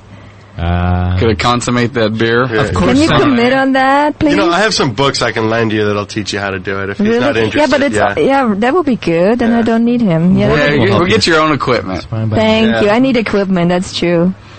Yeah. You know, I learned something from that Donkey Punch song every time I hear it. See? I don't even know the Donkey Punch song. No, you do. It was on Lunch Meat the one time. Rusty Tromboners. I don't listen to Lunch Meat. It's the song about the Arabian Goggles. Oh, that song is terrific. Dirty Sanchez. The Flying Fist. Flying Fist? I think I just made up the Flying Fist. Daniela, what is Fiegerhaken? It's an old Bavarian thing that you do while drinking beer. And what is it? Well, you take your middle finger. Yeah. And the other guy takes his middle finger as well, and then you have some sort of ring in between, like a sort of like a cock ring, but you put it on your fingers. And then you think of any other kind of ring? No. It's the only ring I know. Okay. And then you just drag it, you try to drag the other guy over the table on your middle finger. I see. It's called Fingerhaken. You know what? Forget it. All you take a shower. Daniela, could you stop moaning into the microphone? It's so good. I mean, for heaven's sake, I'm trying to have a conversation here. This is so good. Push. It is unbelievable. I'm in heaven. Daniela moans some more. Dr. Scott. And of course, we changed it from Recipe by Pamela to Daniela, and then of course. Thank you very much for that. That's a funny story. On the anniversary show, I walk in, and the first thing I see on his recipe, like they have little things on the table where they advertise their beers. Yeah, little menus. And I see the TBM Bog. Recipe by Pamela. Danielle, isn't it your brew name? No, my brew name is not Pamela. It should be. Can you be Pamela? I can. All I want to know is, can we call you Pam? That's all time. All right, I'll be Pam for a night. Cool. Pam for me. Good night, guys. Every new beginning comes from some other beginning's end. I wish I could dream of Jamil, but it never happens.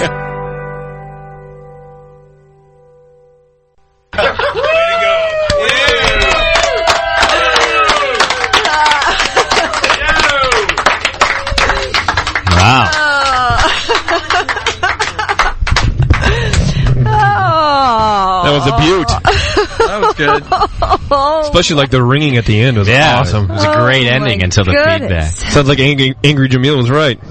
I'll put a really nice, I'll edit the archive so that the archive listeners get like a great, like full thing. That's beautiful, That was really. awesome. Thank you so much to Push and Sven for putting all those things together. I had no idea we fight so much, Justin. I didn't know. I told him, I was like, I think if you do a montage, you should include all the shitty things that Daniela has to say about me. But also shitty things you throw in my face. I didn't hear any of those. You're so biased, dude. I didn't hear any of that. No, that's heartwarming. Thank you for that. It's beautiful. They really did a great job. It was very cool, and that's you in a nutshell. I mean, what do you think about that? In a nutshell? Yeah. What does that even mean? It's an old Irish saying. You completely. That's. You know, Pamela, I just want to say that I like what they did. I thought it was really good. Did that raise a thought in your head, Sean? Pamela. Yeah. Completely forgot about that. And now it's I did not. on the archive. Why do you think I punch you every time I see you? It's for Pamela. Because it's fun and everyone does? With a big head. That's a funny story. On the anniversary show, I walk like the ending. And the first thing I see on his recipe, like they have little things on the table where they advertise their beers. Yeah, little menus. And I see the TVM blog. Recipe by Pamela. Danielle, isn't it your brew name? No, my brew name is not Pamela. It should be. Can you be Pamela? I can. All I want to know is, can we call you Pam? Soft talk. All right, I'll be Pam for a night. Cool. For one night only. Good night, guys. Every new beginning comes from some other beginning's end. I wish I could dream of Jamil, but it never happens. So true. Still hasn't happened. I just want to let you know the people that were involved in like calling you Pamela on the menu have been fired and actually killed. So, good. That's what I expected. Yeah, I know. After you told me that, I was like, I will not cross you again. I'm sorry. Yeah. No, my sincerest thanks to Push and Sven for putting this together. That's something else. I'm going to play that to my father and my mother. They're going to be proud of me. They don't understand it. Yeah, are they going to understand it? I don't want them to understand me talking about cock ring being the only ring I've ever known. What is the cock ring there, Daniela? Your dad doesn't know about a cock ring. You're like, no, I know Coca-Cola. I know plenty about the cock rings. The prince does. Yes. Caller, you're on the session. What's happening? I just tied my rope. Nice. Here we go. I know, that did it, right? Like that montage. Oh, dude, literally like bawling. Yeah. Like my wife came to the balcony and was like, "What?" You're on the balcony crying. On the back. Well, he's got to hang himself from something. Bub, get away from the balcony. Do you have a train on your dress too, woman, or what? I'm crying looking at the moon, dude, bawling. I know I'm laughing at some of this stuff, but then I'm thinking, where am I going to hear this again? Yeah. In the archives? Just in the archive. No, hey, I'm with Bub. JP. Bub, listen, I'm a sucker for a montage, man. A good montage will get... 10.5 double wide poop shoot. Yeah, see, he's angry at you, JP. JP, you have no sensitivity. Wow. No, that's true. That's your problem. But a montage, especially a montage with dead people. It just brings that tear to your eye. Yeah, even Doc teared up. Doc was like, yeah, I used to know that girl. I'm sorry she's dead. Well, I can be reborn as Pamela. Works for me. No, I know it. They really did a number on us. Hey, Bub. Yeah. Wow. Yeah, Bub's real heartbeat. Yeah. No, just hearing Bub, I'll tell you, making me want to hang myself. So, Bub, what gauge rope are you using? Come on, guys. No, I mean, sucks. you know, what pound test are you using? Dude. No, I will say this. Say that there's a more universally loved person on the Brewing Network. Not that really means all that much, but nonetheless. Whoa. Well, next to Jamil, yeah. No, you're right. There is not. There is not a more universally loved brewcaster. That's very true. Absolutely true. No, I think actually Bub is, not to get all gay on y'all right now, but I think... Do it. Okay, but I'm going to pull this out. No, Bub is like, he's kind of the emotional barometer right now for the Brewing Network, and he has been that since day one that we heard that Daniela was leaving. Yeah. And, we all throw Bub under the bus, but which is fun. But I will say that he does speak from the heart about what's happening here, and I have to commend you for that, my friend. I agree. I'm getting a tribute from Shauna Sullivan. That's oh, man. There you go. Yeah. I saw myself before. Yeah. Now I have true reason. Now you want to maim yourself. Listen, let me tell you something. From the guy with the biggest head on earth. All right, whatever is giving me sympathy. Yeah. All right, well, whatever I just said. Next time you're out here, it was Oz that we taped on the couch. It's going to be you, my friend. So this one won't take much tape. Just to clarify my situation, this one listener is suggesting, Daniela, did you consider cutting your hair short, dye it black, say you're from the Germanic portion of Mexico and work washing dishes in a Chinese restaurant? I'm not being forced to leave. I've been a legal alien here in the U.S. I could still be a legal alien. Illegal alien? Yeah, who believes that? I know. I'm leaving voluntarily. The Germanic portion of Mexico? There is one.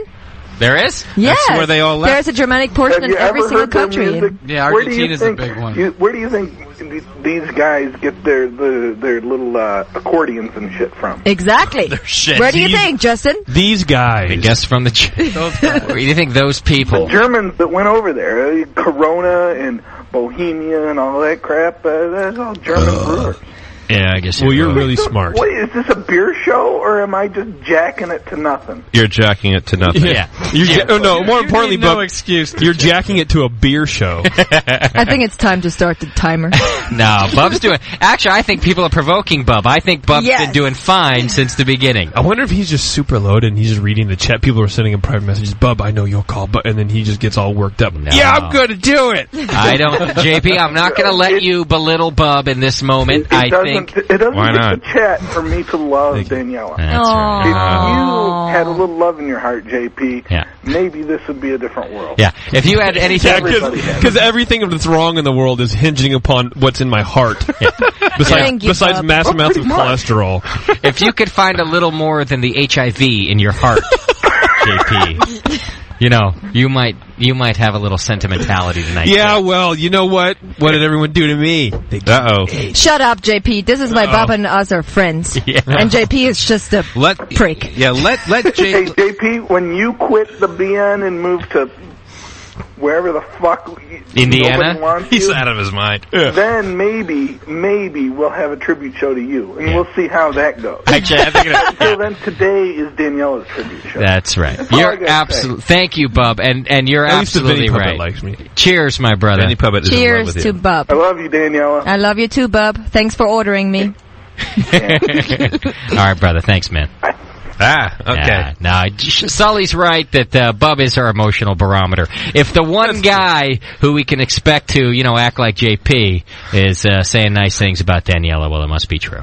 Hey, you didn't hear my lyrics to the rap song. Oh, I did. Obviously not. We can do it again right now if you want. Let's do it again. Let's just quit the show. No! Sully, are you ready? Please not. Here we go. Can we please not do this rap again, ever? All right, Sean, are you ready for this? The return of the soft gloves? You're not ready for that? No. No? Daniela says no. That's fun. Sorry, Actually, guys. I'm glad that happened. I want the Nazi song. I do like the intro music, though. It's good.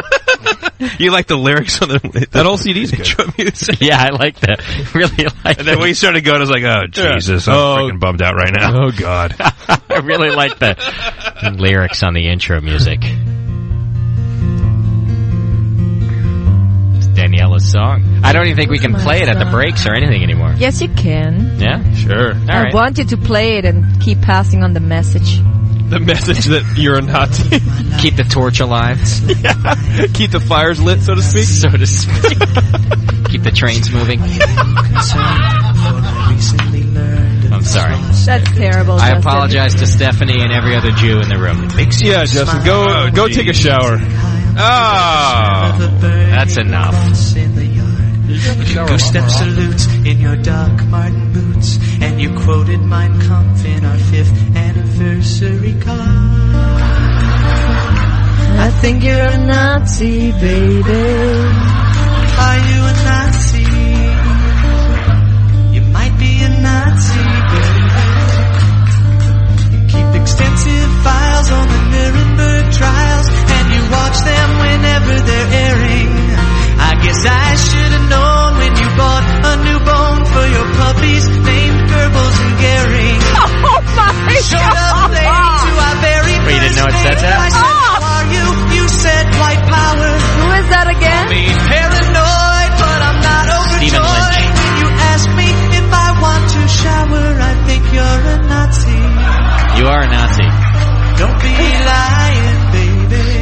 Don't be lying. Are you a Nazi? Everybody knows it. Are you anti-Zion? That's just terrible. You've never heard it so close up? No, I've never even paid attention to this song. Oh, now the beer's I pointed just back. like the romantic melody of it. Up next on KNIEZR. Tiny mustache. Your social politics say that races don't mix, and you call it pure blood pollution. And whenever I'm sad, you say it's not so bad. For every problem, there's a final solution. I hope I never told you that. Give me an answer. What are you talking about? That's what you said when you're moving. Don't worry, it's a final solution. Listen, don't worry. I know I am moving, but there is a final solution How to come I this. sound like a gay Bavarian prince now? Because don't question what you sound like to Do not- everybody else. Yes, you do not know what this sounds like. Now you're a French gay Bavarian. Yeah, this was the conversation Daniela had and I had. She's like, so listen, I have found this new job. Yes. And I have found that I am pretty good at a few things. Most of them are not legal in this country. Most of them are shoveling ash. It's your retarded laws in this country. So I figure if I go back to the fatherland, I will be able to follow my true destiny. I will be able to enjoy the high-speed rail line. Yes, and create a superior race, which we have failed to do because you have shot blanks since day one. You don't know that John Palmer and I are going to create a superior race in brewing. That's what I heard. I heard that last show that was what you guys were going to do. All right, I got to go. That's it? Yeah. You're out of here? I'm out of here. What? You're done. End of the night for you? It's 8 p.m. I got to go. I thought I had another surprise for you, but I might not. Oh, really? No. Oh, now you want to stay. A diamond ring? It's a ring, all right. It's a cock ring. Yeah. A diamond cock ring. Yeah. It's a couple of supplies. They're little blue pills. Surprises. Hey, that's a roofie. Oh, that's Sean's older. MO. I'm sorry. Doc's roofie colada. Yep. That's what we call the dental colada. It's a happy ending in dentistry. It's a happy ending. Couple of Viagra. And Well, I'm out of beer. I got to go. You can't go yet. I can't? No, I don't have another surprise for you, but we're not quite done. You don't? Well, I had a game that I thought we could play. All right, let's play a game. I thought we would play... guess the Nazi. There she is. I win. I wanted Daniela to teach us German real quick because we're not gonna get to. So I thought we'd have people call in or folks in the studio. It's your last chance to all the things that you want to know how to say in German. Yeah. You know, stuff like, hey, dude. Cock ring. Yes, thank you. Thank you for your creativity, JP. Yeah, you're welcome. Stuff like, hey, dude. And Justin, the chat room is asking you to take one for the team and give me a diamond ring. Yeah, hey. I can draw it on a piece of paper and roll it up. I have a good answer to that. You know, diamonds, a lot of people are killed in the process of That's why mining she diamonds. wants one. I just told you last night, never buy freaking diamonds. Yeah, so I am that's why against diamonds. That's why she wants You like one, because that? lots of blacks No, I die. don't want one. Just You a like how I plain took gold the- band. You like how I took the hippie out? That's what I call the hippie out. It's very hot. People die for diamonds. People die. Yeah. What do you with that? Priests everywhere are dying performing marriage ceremonies. And I don't think that we should take that for granted. You know, an alarming rate of people who are married eventually die. It's 100%. Yeah, it's an alarming 100% mortality. Why would I marry you? You're just gonna die. Oh, that's funny. Why should I marry you? You're gonna be dead. Jack, you can't massage Daniela. Jack, not right now. She doesn't even like it. Tell him, Daniela. You're allowed to. You're hurting it's me, your last show. You're allowed to say that Jack's shoulder massages during the show. Am I also allowed to tell you that I don't even like you, Justin? No. Oh. Our honesty only goes so far. Wow. Caller, what's happening? No, I don't want it either, Jack. No, Jack. Give it to JP. JP, No, Jack, get over here because I got a bad back. Come on. Caller, what's happening? Plus, I work in San Hey, Francisco. Justin, it's Beer Bear. Beer Bear, what's up, my man? Not much. Just called in to say my farewells and let Daniela know that I know people that work at the airports out there. Yeah. Not making it out of the country. You're gonna lock her down?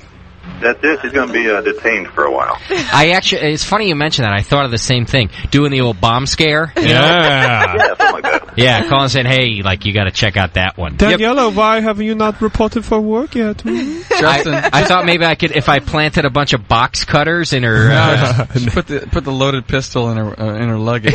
We'll call her back. Matchbooks in her shoes. She won't make it out, right? Yeah. I thought if I put a bunch of silly putty and a matchbook in her shoe and some wires. Yeah. Like they don't know.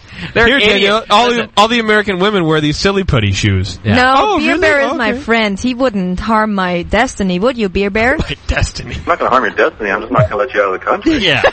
Like, but it's not as if we're going to kill you. It'll be opposed to my destiny. Hey, you got a point. Justin, you can use a hemp ring instead of diamonds. No one dies for hemp. Sure enjoy the process. I would accept that. Damn it. Hey, Beer Bear, fuck you. All right, well, farewell, Danielle. Have a good trip, and wish we could keep you here. Thanks, Bear. I'll be back. Right, take care. Thanks, Bear. I'll be back. That's cool. 888-401-BEER. It's your last chance. We're getting out of here real soon, folks. So if you want to say goodbye to Daniela or, apparently say mean things to me, you could do that. 888-401-BEER. I thought about giving like a speech for you. You? Yeah, then I was like, nah, fuck that. Oh, that would have been awesome. No, I thought, here's the problem, that, like my family has me do this too, like every time Christmas comes around, they're like, oh, you're the guy who knows how to talk in the family. Yeah, my family's not too bright. And they're like, yeah, you're That's not true, by the way. I love your family. You put the words mean things to talk face. Yeah, they're like, you say stuff that makes us think about stuff. It makes me feel pretty. Yeah. Last time you said something, I thought about it. I like it when you do that. Your words mean something. So that's my family in a nutshell. And, I thought, like, I wanted to say a bunch of stuff, but I'm a big pussy when it comes to it, because even though my family's kind of dumb like that, I get all teary-eyed every time. They're like, oh, give us that, you were there. Like, the first time you spent a little Christmas there, they're like, hey, you gotta give the Christmas, cheer. It was very moving. Oh, it wasn't even at all. I said like 4 words. Go and I was Santa. Like, yeah. Oh, it's Christmas, Jesus. You're putting your bright light underneath the table again. It was a great speech. You're good at holding speeches. Caller, you're on the air. What's happening? Hey! Woo! It's Roger. What's going on, man? Danielle, best of luck. Who are we talking to? That's warm wishes. Thank you. Beer. Who is it? Geist. Oh, it's Geist. Geist Beer. At the Rat Pad. Rat Pad. Yeah. Keep it real. Rat Pad. Yo.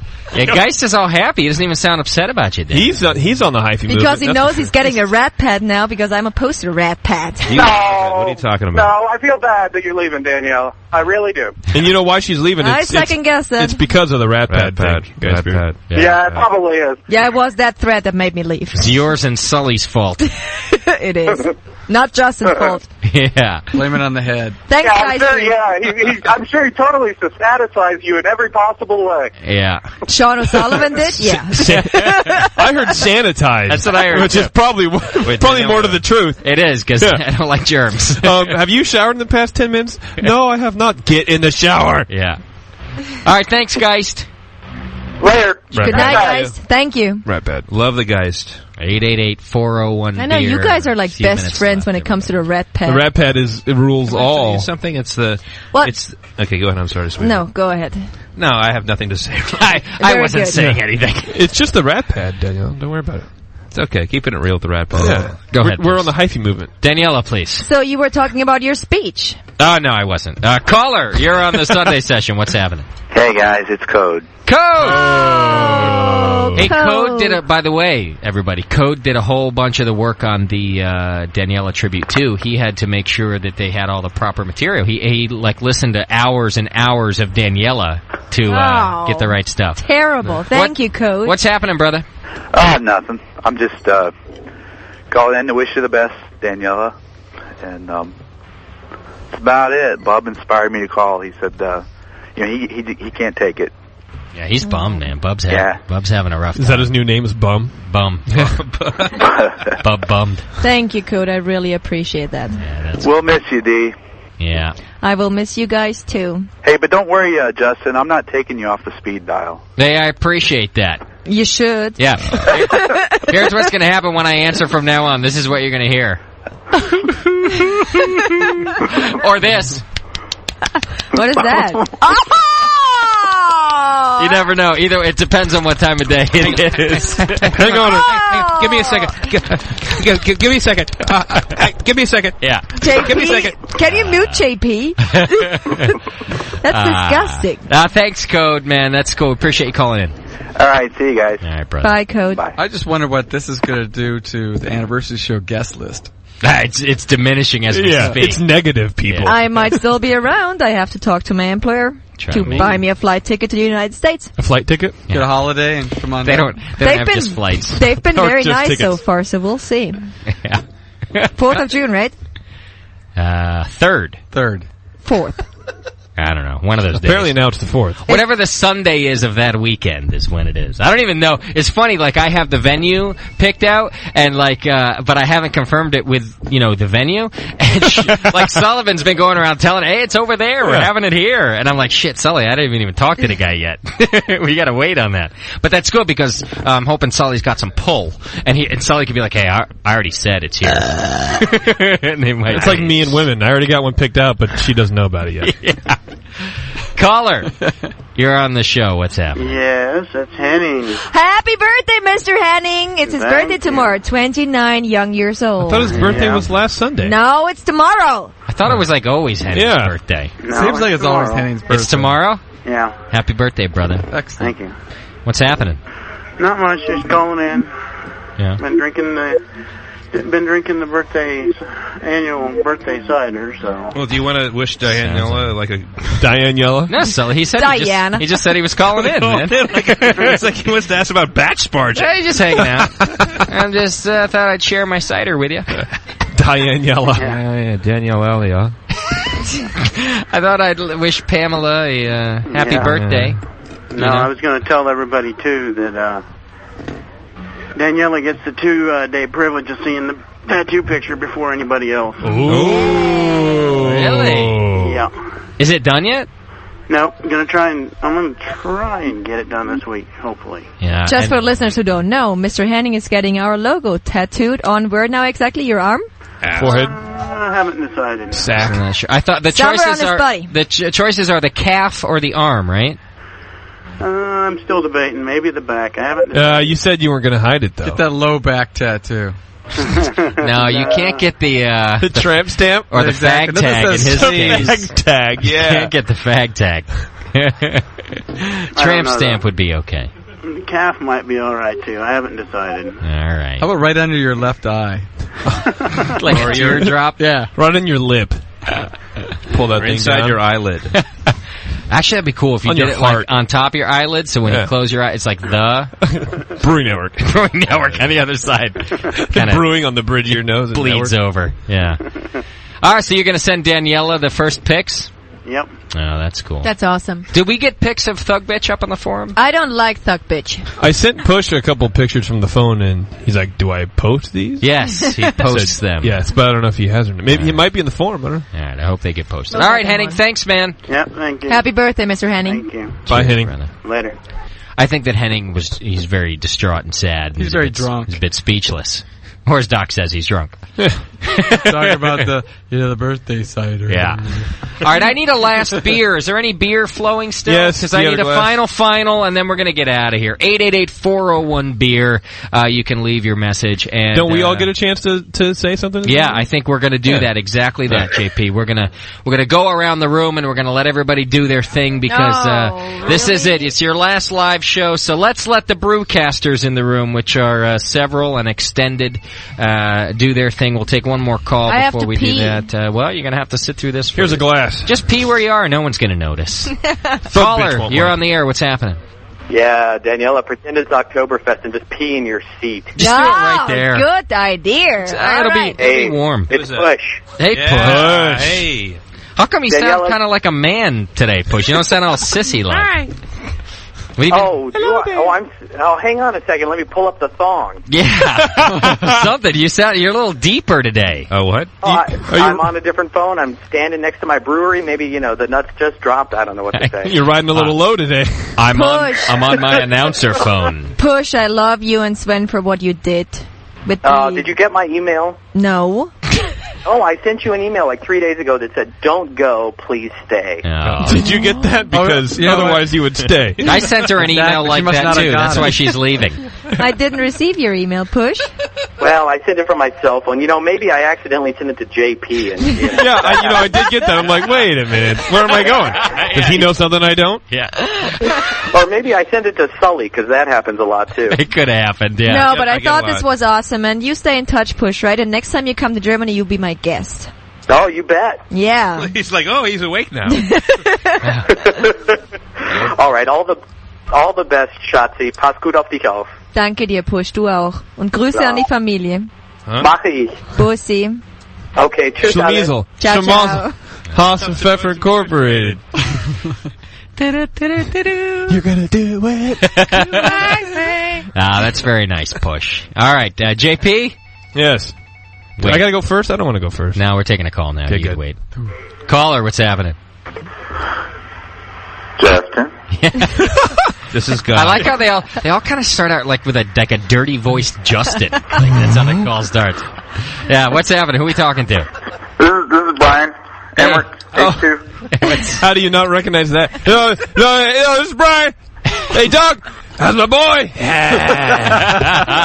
I'm at Aquatic Park right now waiting for you. What's up, H2? How are you, man? I'm in my Hummer ripping it. You guys had a lot more going on here. Yeah, we are drinking. What's your point? I just want to call one more time and say goodbye to Danielle. Yeah. You're going to see her in November. Get off the phone. No. JP, you start being nice to these people. You're right. I'm sorry. I love you, bro. This isn't lunch meat.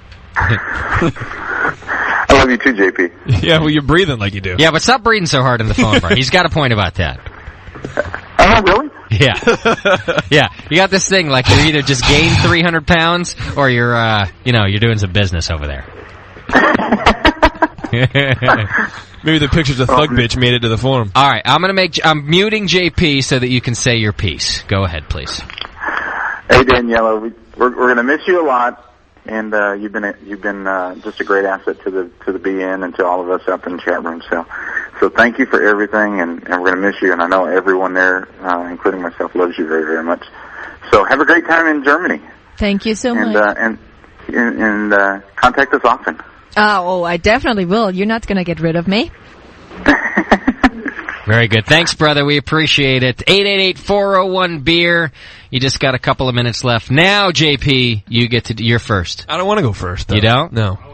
John Foster wants to go first. It's the sappy goodbye portion of the brewing. Why do you have to make it dirty by saying sappy? I mean, it's the really nice goodbye portion of the Brewing Network show. All right. Thanks, Daniela. You have inspired me to make my own weird podcast called beerschool.com. It's a plug. I'm sorry. Nice plug. It's a plug speech. No. The idea is this. I appreciate it. I'm in marketing. I appreciate that. It is all about the podcast. It's all about talking about everything about beer. And you know what? This is the geekiest show that I know. Really? The Sunday session is the geeky show. Yeah. But thanks, JP. I'm going to bring it down a level. And for the podcast, for Beer School, it's not so geeky. I love that it's a plug speech. Cheers to Beer School. Cheers to Beer School. Beerschool.com. Beerschool.com. www. That was in Brewing Network style, that was the perfect opening speech. I like that. Caller, you're on the air. What's happening? Hello? Hey. It's Hobgoblin. Hobgoblin. What's happening, man? I'm just crying in my reefer here. Sounds like it. It sounds like your reefer's got you all depressed. That's a stimulant, you know. Well, it's counteracted by Danielle Lubin. Yeah, you're all bummed. I got off work. I was going to come up to the Rat Pad. What's that thing that's happening in June? The anniversary party? Right, yeah, the anniversary. Yeah, that thing? I hear you. I forget about it, too.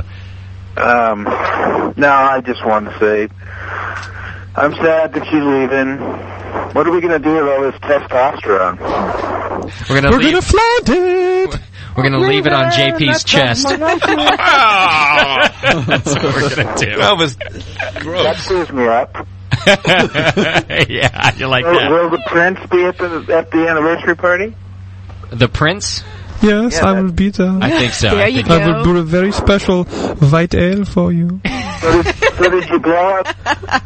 Did you guys blow up my Hempenweizen? Not yet! No. I don't want to drink it tonight because I'll I pass out. totally would want to drink it tonight. And then you'll pass out too. Because you won't go through the airport. Let's just pass out, honey. All right. Maybe you should give her some before the morning she flies, and then they'll... Yeah, it's a good idea. Then you'll sleep on the... Yeah, it's true. You'll either stay because you'll be spinning, or you'll just sleep on the plane. You'll Oh, I ain't staying.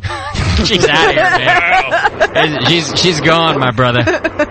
All right. Thanks for the call. Thanks, Hop. Give me a big hug, Daniela. I'm sending you a big hug. And pinch the prince for me. But I will punch the prince for you. Pinch him. Don't punch him. Pinch him. Oh, pinch him. Come here, prince. Yes, he's very delicate. Come here. I want to pinch you. Cheers, brother. Thanks for the call. 888-401-BEER if you want to give a goodbye to Daniela. Remember that this is on tape, forever. That's why he has to know that. I like how as soon as everybody gets sentimental, we find a way to ruin it. I really have to pee. You can't go. Everyone's calling in. Stand up. That's what works for Justin. Caller, you're on the air. What's happening? Yeah, this is Bug Eater. Hey! Oh, Bug Eater. Bug Eater, what's happening, brother? Oh, I just wanted to call to wish Daniela a great trip to Germany, and we will really miss her here. Thank you, Bug. It's true. Just before I found out you were leaving, I had brewed a couple of batches of beer, and I was planning to send some to you. Oh, maybe you want to send them to Justin? The last one I did. But I'll send them out with H2 when he goes out in November. Oh, really? Yep. I'll do that for you. Thanks, Bug. That'll work. Bug Eater's a nice dude. Bug Eater sent me some... great. Always sends us some good beer. Hey, Bug, I'm still aging one of your barley wines that you sent us, too. I want you to know. I've got it properly stored and aging. And Bug's a good guy. We always like to hear from Bug Eater. We met him at the GABF, and that's nice of you to call in and say bye to Daniela, brother. Yeah. I appreciate it, Bug. And all the best to you, too, and keep on brewing, my brother. Well, thank you, and good luck, Daniela. You, too. Good night. Take care. Good night. There you go. Good old Bug Eater. Don't get all sad. You know what I want to do? I want to have your friend Silky give you a toast in German so you cry and stuff, but I'm not going to do it to the end of the show. Oh, she's going to hate you for that. Everyone wants to hear you cry. JP certainly isn't going to do it. All right, JP. Okay. I'm really loud. Oh, JP. So what are you going to plug, JP? Scott, if I'm lucky, but... I want to talk about lunch meat. Yeah. This is really sad, but nothing like when a Friday ends. No, I don't really have anything specific to say. I'm going to miss you, and I'm glad that we got to know each other, and I'm glad that you are on this Brain Network. And as much fun as I'd like to poke at you and stuff, I like you a lot, and you're a very nice person. And it's the end of the century. Our song, it's our song. This shall be our song. Okay, good. Yeah, it is the final countdown, and I'm sad to see you leave, but I'm excited for you, and I wish you all the best. And come back. Prost. Oh, it's not over yet. Don't get all crazy, everybody. Just playing a little final countdown. It's the final countdown. And do you think they'd let me in the show? Oh, you jerk ass! JP just hit her in her bladder. That wasn't very nice at all, was it? No, but it was really funny. Does he Sean even know O'Sullivan. what the bladder is? It's your turn. Okay, so... I got it. It's in rap form. Ready? Okay, so when I was first on the show, I think it was like August, so many years ago, Natty was actually in the chat room. You weren't. Mm-hmm. And you came in and you had this shirt on that said, "I Kiss Justin." And I was like, who is this hottie that's coming in here right now? And what the hell is she got Justin's, name on her t-shirt? Turns out it was JP. And then I realized it was JP. No, I just want to say that, Daniela, I mean, not to get too sappy and all that, but, I've actually gotten to know you guys pretty well, and I will say that I'm going to miss you and your team with you and Justin, and you guys have been great friends to me, and especially you in a lot of ways. And which I know sounds really I mean, and I know everybody's like that's gay and all that, but we have this kind of weird little like I am kind of like thing we do, and girl talk, girl talk exactly, and I'm sorry that you're leaving, so Thanks, and I feel bad about it, but I wish you success in what you're going to do with Rubbermaid. Whatever it is you do for them. Whatever the hell that is. Actually, I was like looking at some containers I had in my kitchen. They're all Rubbermaid. I was like, oh, Jesus Christ, I guess I'm supporting her. So, even in that way, you've been a great friend, and I wish you great success in what you're doing over there. And I'll see you over there soon. Stephanie and I will definitely come over there and hang out. So you will always be my guest, Sean, and I'm sure I will see you soon in this country too. Okay. I'm not gone forever. Cheers to you, and I really enjoyed my girlfriend here. My pretty much like almost only American girlfriend, at least the best one I've had. Was Sean O'Sullivan. Are you like outed right now? Which probably sounds weird, but that'll that's make just, you cry right there. No, right? I know it sounds weird, but that's just how it is. We could talk about everything. Yeah, it was a good time. Everything. Every single thing. I will miss Sean. Cheers. Cheers, sweetheart. Cheers to you. Dr. Scott, I know she's dead to you, but before she goes, maybe you have something to say. This is a eulogy for you, Scott. All right. Well, I just want to say thank you for accepting me into your home here. This is my home away from home. I look forward every week to come on in here, and part of that's going to be gone. But I do wish you your best over there. When you get there, seien Sie nicht ein hessischer Amerikaner. Okay? Oh. I'm trying. Okay. Thanks, dog. All Sure. right. Who else we got in here? Anybody else want to say goodbye? The music helps with the tears. Sita, you can do it in German. Nate from Lunchmeat. Yeah, Nate, come over. Crazy Jack, go ahead, brother. And Schumann wanted to show me the hamburger.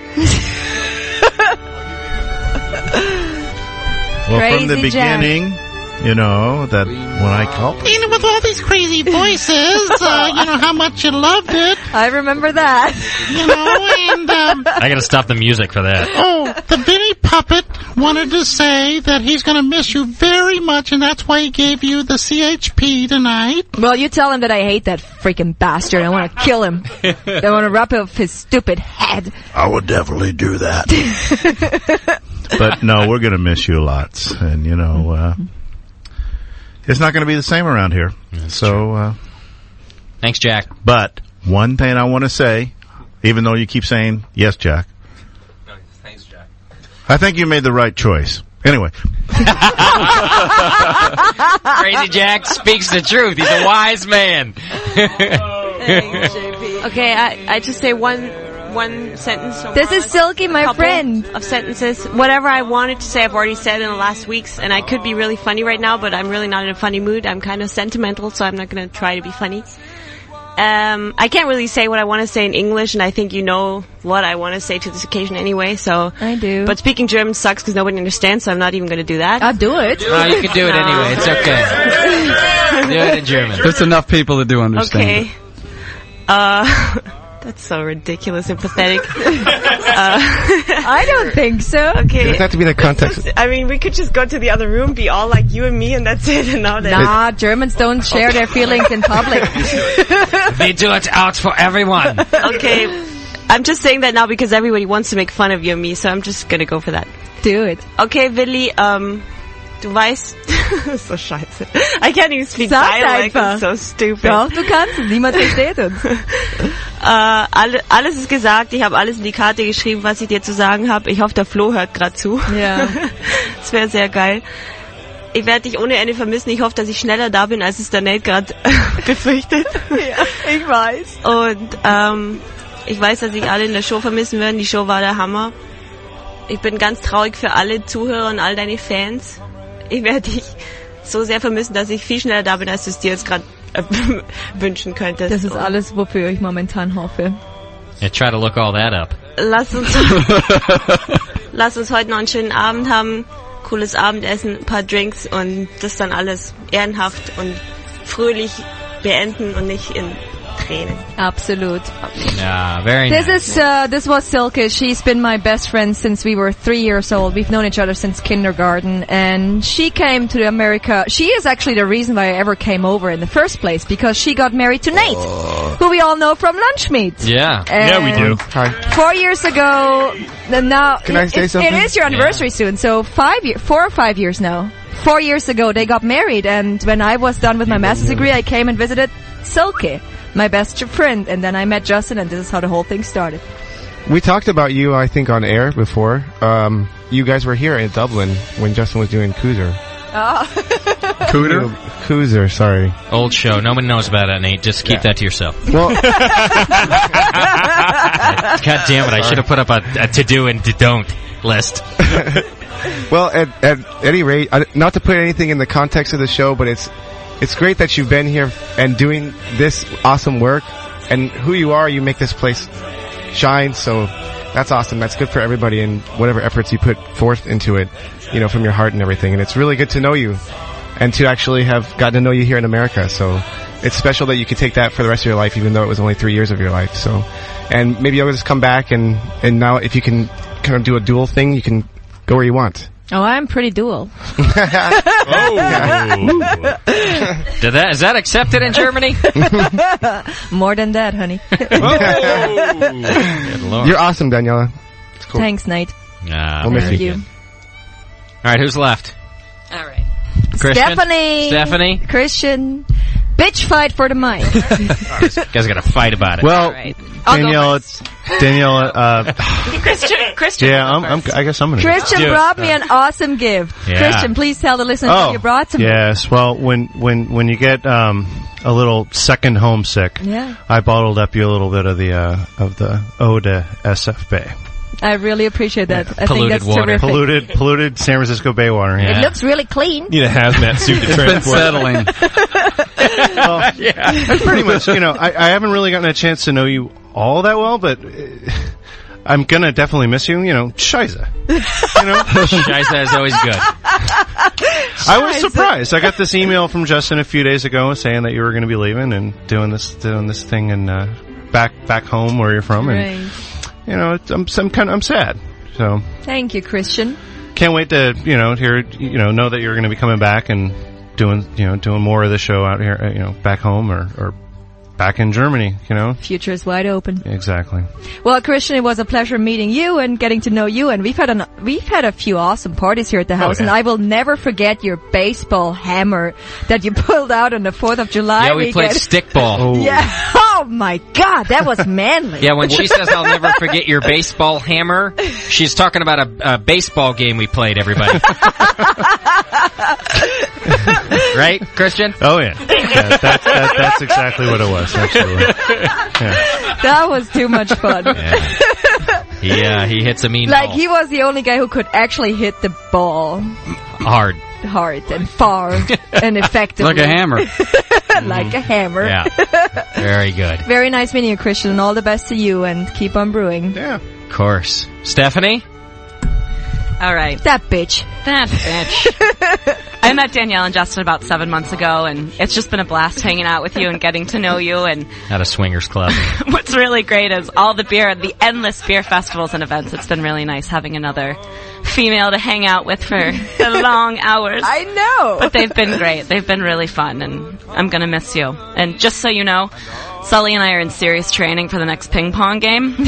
So when you come back in November, we'll crush you. You two little pathetic fucks. Just keep trying. Oh. I will crush you. I, by the way, agree with Stephanie's first statements. The more vaginas, the better. I think that's what she said. All right. In a roundabout way. Makes me happy, too. Yeah. Works for me. And Schumann from, you know him from Cold Hot Crash, and also from the guy who brings natural light every time he shows up. From the living room in here. I wish Schumann would have played a song tonight instead of the hanky pankies, or what were they called? Soft gloves? I have a song for Schumann, as a matter of fact. It makes me sad. I know, JP. I'm just kidding. I'm very rough with you because I love you so much. Go ahead, Schumann. All right. Well, basically, I want to say a couple of things. One, I've known Justin for about 6 or 7 years now, and he's always done radio, and I'm can't express how happy I am to hear him doing Brewing Network and 106.9. And the whole start of the Brewing Network was actually, even though I'd known the guy for fucking 7 years, Danielle had the best idea to get this guy a gift, which was a brewing kit. So I basically, you know, she came up to me and she's like, you know, why don't we give him a brewing kit for his birthday? And for as long as I'd known him, I never thought of something that good. I'm sure he didn't. He brought me like ping pong balls and stuff. Yeah. Because you're a man. Because I'm a man. I don't listen to his emotions and things like that. You never listen to him. I just licked his balls. So, which is good too. Yeah, it's good. So anyway, Daniela came up to me and was like, why don't we get him a beer brewing kit? I'm like, that's fucking great. Yeah, let's chip in for that. And so we chipped in, got him a brewing kit, and then it was off and running from there. He just absolutely loved it. So that was probably the best gift he's ever gotten, as far as I'm concerned. And I'm sure as far as he's concerned as well. It's true. And not only was I privileged to seeing Justin do radio, but I've also had the privilege of playing in a band with him, a disco fucking cover band. What the hell? I thought I made a list of things you don't say. Yeah, fuck off. So I've got to live with him. He's managed one of my bands called Suburbia, and I gotta say, living in this household and having you in it was definitely a pleasure. And I still think about how fun it was living here before I moved out to San Francisco and had to do, other endeavors. But I still think about the way the house smelled when he was brewing beer. Yeah. And how the house smelled when you were actually cooking real food. Because right now I'm eating fucking Top Ramen. And drinking Matty Ice. He's drinking shitty beer here. Yeah, I figured I'd bring that in with all the talent and all the really amazing brewers that are in this room. I figured I'd be a smart ass and bring in natural light beer. That's the rock star in you, Schumann. Thanks. So I just want to say that I'm genuinely going to miss you, and I still think about living here while I'm in the city. So you made it a very comfortable home, and it was really like having a family and having real food and just the smells and the sights and all that sort of stuff. Thanks, Schumann. So cheers. Cheers to you. Cheers. All right. We get to go now? Is there more? Yeah? All right, you brought me a beer kit. Thanks. We'll see you later. Don't let the door hit you on the way out. Yeah. Did you call a cab for tomorrow? Did you get a hotel for the night? Because I'm going to be going out. Schumann said he's going to put your bags in the car and stuff. So that's good. That sounds great. What about chat? I got stuff happening. All right. I don't know what to say. I thought everyone was just going to do like beer jokes and stuff. I didn't realize they were going to talk about living with you and everything. They've been really hey, John good. Foster just touched me and he said he had a beer joke. What's more important? You got to do a little work, John. Come on. No beer jokes. No, I'm turning you off. We're getting out of here. No beer jokes. All right, Daniela. Hey, the BNs. Ah, there's a phone call. Sweet. Just in time. I love my listeners. Caller, you're on the air. What's happening? Hey, Justin, it's Hot Rod. Hot Rod, what can we do for you? I just want to say from everybody here in the chat room, we wish Daniela the best of luck, and we're going to miss her. True that. Thank you, Hot Rod. Hey, anytime. Thanks, brother. All right. Bye. Take care, guys.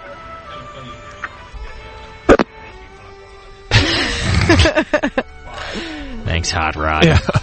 It's odd. That's great.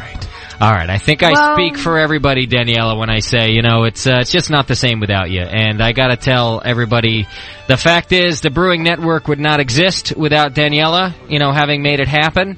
And there's no good idea that doesn't, that ends up happening without people behind it, that really make it happen. So a lot of support on the show, and it's tough, we love doing the show. The show is fun, and we get to do it every week, and wouldn't have it any other way. And any time that it's like, oh, we didn't meet this deadline, and we didn't finish that, we didn't do Beer Jeopardy in time, and all that, you're always there to help out and make sure it gets done. So thank you for that. And I like I said, I speak on behalf of everybody when I say thanks for that, because they wouldn't have gotten all that Beer Jeopardy or Daniella's World Vigorously or the news or the topics or the guests and, all that without Daniella helping out to make it happen. So, thanks. Without, now I have to say something.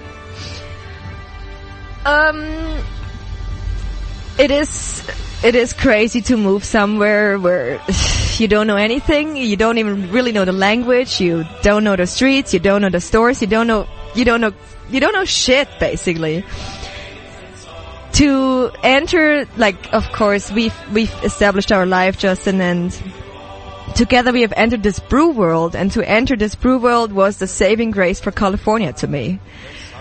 California had appeared to be a really weird, a kind of a cold place, a very standoffish place, a very neutral place. And then we enter this world, and out of the sudden there's those beautiful minds showing up that are creative, passionate people who really care for something, and which is different than fame and money and all those things. And this was what even allowed me to stay here for the time I did. And knowing those friends, because it's more than just professional partners, it became friends, and knowing this here and doing what we did was probably the most amazing thing I've ever done in my life. And I never knew I would be on the radio. I never knew I would do that at all. And it was great, and it was just for your, Justin, encouragement that I could do it, and it has helped me to grow as a person, and it has helped me to grow as a personality, and now it's due to you again that I go and try to pursue my dreams, which is a job I'm having now, and if it wasn't for you as my partner, I could have never done it. Your faith, your strength, and your belief in me has enabled me to do so. Good. And I want to tell everybody that I love you, and that my heart is just filled with love, and I'm blessed. I don't have any fart sounds on my soundboard or anything. I can burp if you want me to. Yeah, that makes it better. Caller, you're on the air. What's happening? Justin? Yeah. We need a speech. I gave the best one I could. That was, I might have a little more. That was about it, I think. I missed it because I think I caught it between the... you were on hold. You're going to have to catch it on the archive. I'll actually be re-recording my speech post-show, to be a full-on, very serious kind of Oscar-type speech and plugging it into the archive. Yeah. The gunshot at the end. yeah. The sound of the shotgun to finish the show. All right, Bub. Thank you. All right, let's show some tits now and get the party started. Come on, JP.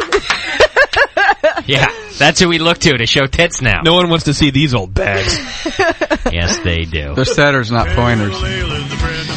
Well, there's your outro, Daniella. It's our official Sunday song, and really, it's not going to be the same without you, so thanks. And we'll do some more Vigoroslies. Oh, yeah. And the occasional, you have I think you have 38 Mondays off or something over there in Europe. It's ridiculous. The time off is ridiculous. So whenever you got a Monday off, we hope to get you on the show. Absolutely. And I'm sad now. Yeah, everyone's all sad.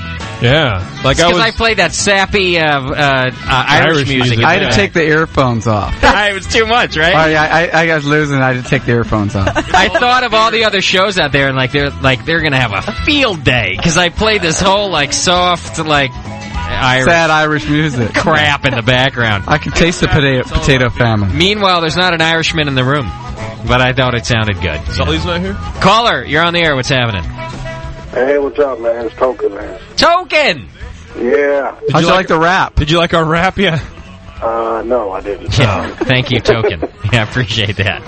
Hey, man, but I just wanted to say thanks to all of you guys, especially Daniella, for introducing me to a new hobby and a new culture, and met some cool people, and I guess I turned in the ghetto pass and became a full-fledged beer geek now. So. Yeah, I like that. Yeah.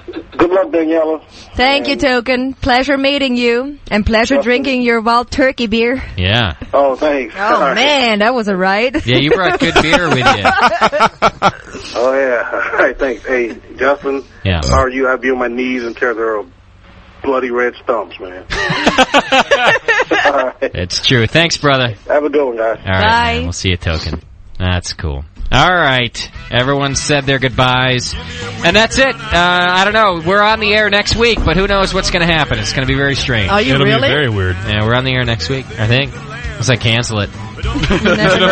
Black week where it's just nothing. Yeah. Silence for next a whole week. week. Is Black Week. I really expected JP to bury me tonight, but he didn't. No, I mean, as much, I give you shit because it's fun, but I love you I'm too. genuinely sad right now. Bye, guys.